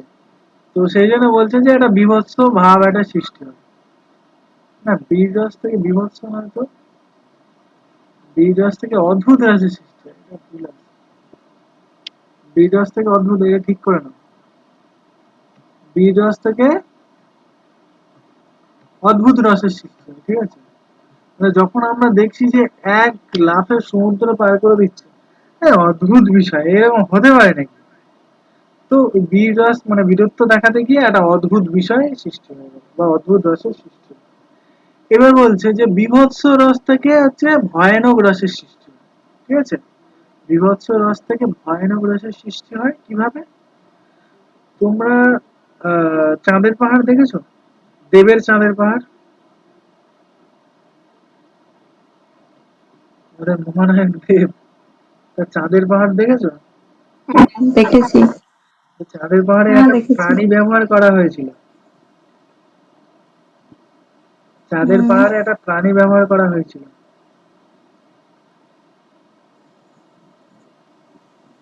ওই প্রাণীটা কেমন দেখতে? একটা প্রাণ। ওই যে দেব লাস্টে ওই যে যখন পাহাড় থেকে একটা ওই খুব বিচ্ছিরি দেখতে একটা প্রাণী বেরিয়ে আসবে, হুম। ওই প্রাণীটা দেখতে কেমন, খুব বীভৎস না? হুম। তোমরা একবার একটু দেখে নেবে, প্রাণীটা খুব বীভৎস দেখতে, ঠিক আছে। তো বীভৎস দেখার পর আমাদের মনে কি একটা ভয় সৃষ্টি হয় না? তো সেটাই বলছে যে কোনো বীভৎস কোনো কিছু দেখলে আমাদের মধ্যে ভয়ের সৃষ্টি হয়। সাপোজ ধরো যে কোনো একটা ভূত দেখেছো, সে ভূতটা খুব বীভৎস দেখতে। তো বীভৎস, বা হচ্ছে ধরো কোনো একটা রাক্ষস, সে বীভৎস একটা রূপ ধারণ করলো, তার দেখে আমরা কি ভয় পাবো? তো ঠিক আমাদের ভয় পাওয়াটাই হচ্ছে আমাদের ভয়ানক রাশির সৃষ্টি। তো বীভৎস রস থেকে ভয়ানক রাশির সৃষ্টি, বোঝা গেছে? Is it clear to all of you? এবার বলো কার কোথায় সমস্যা আছে।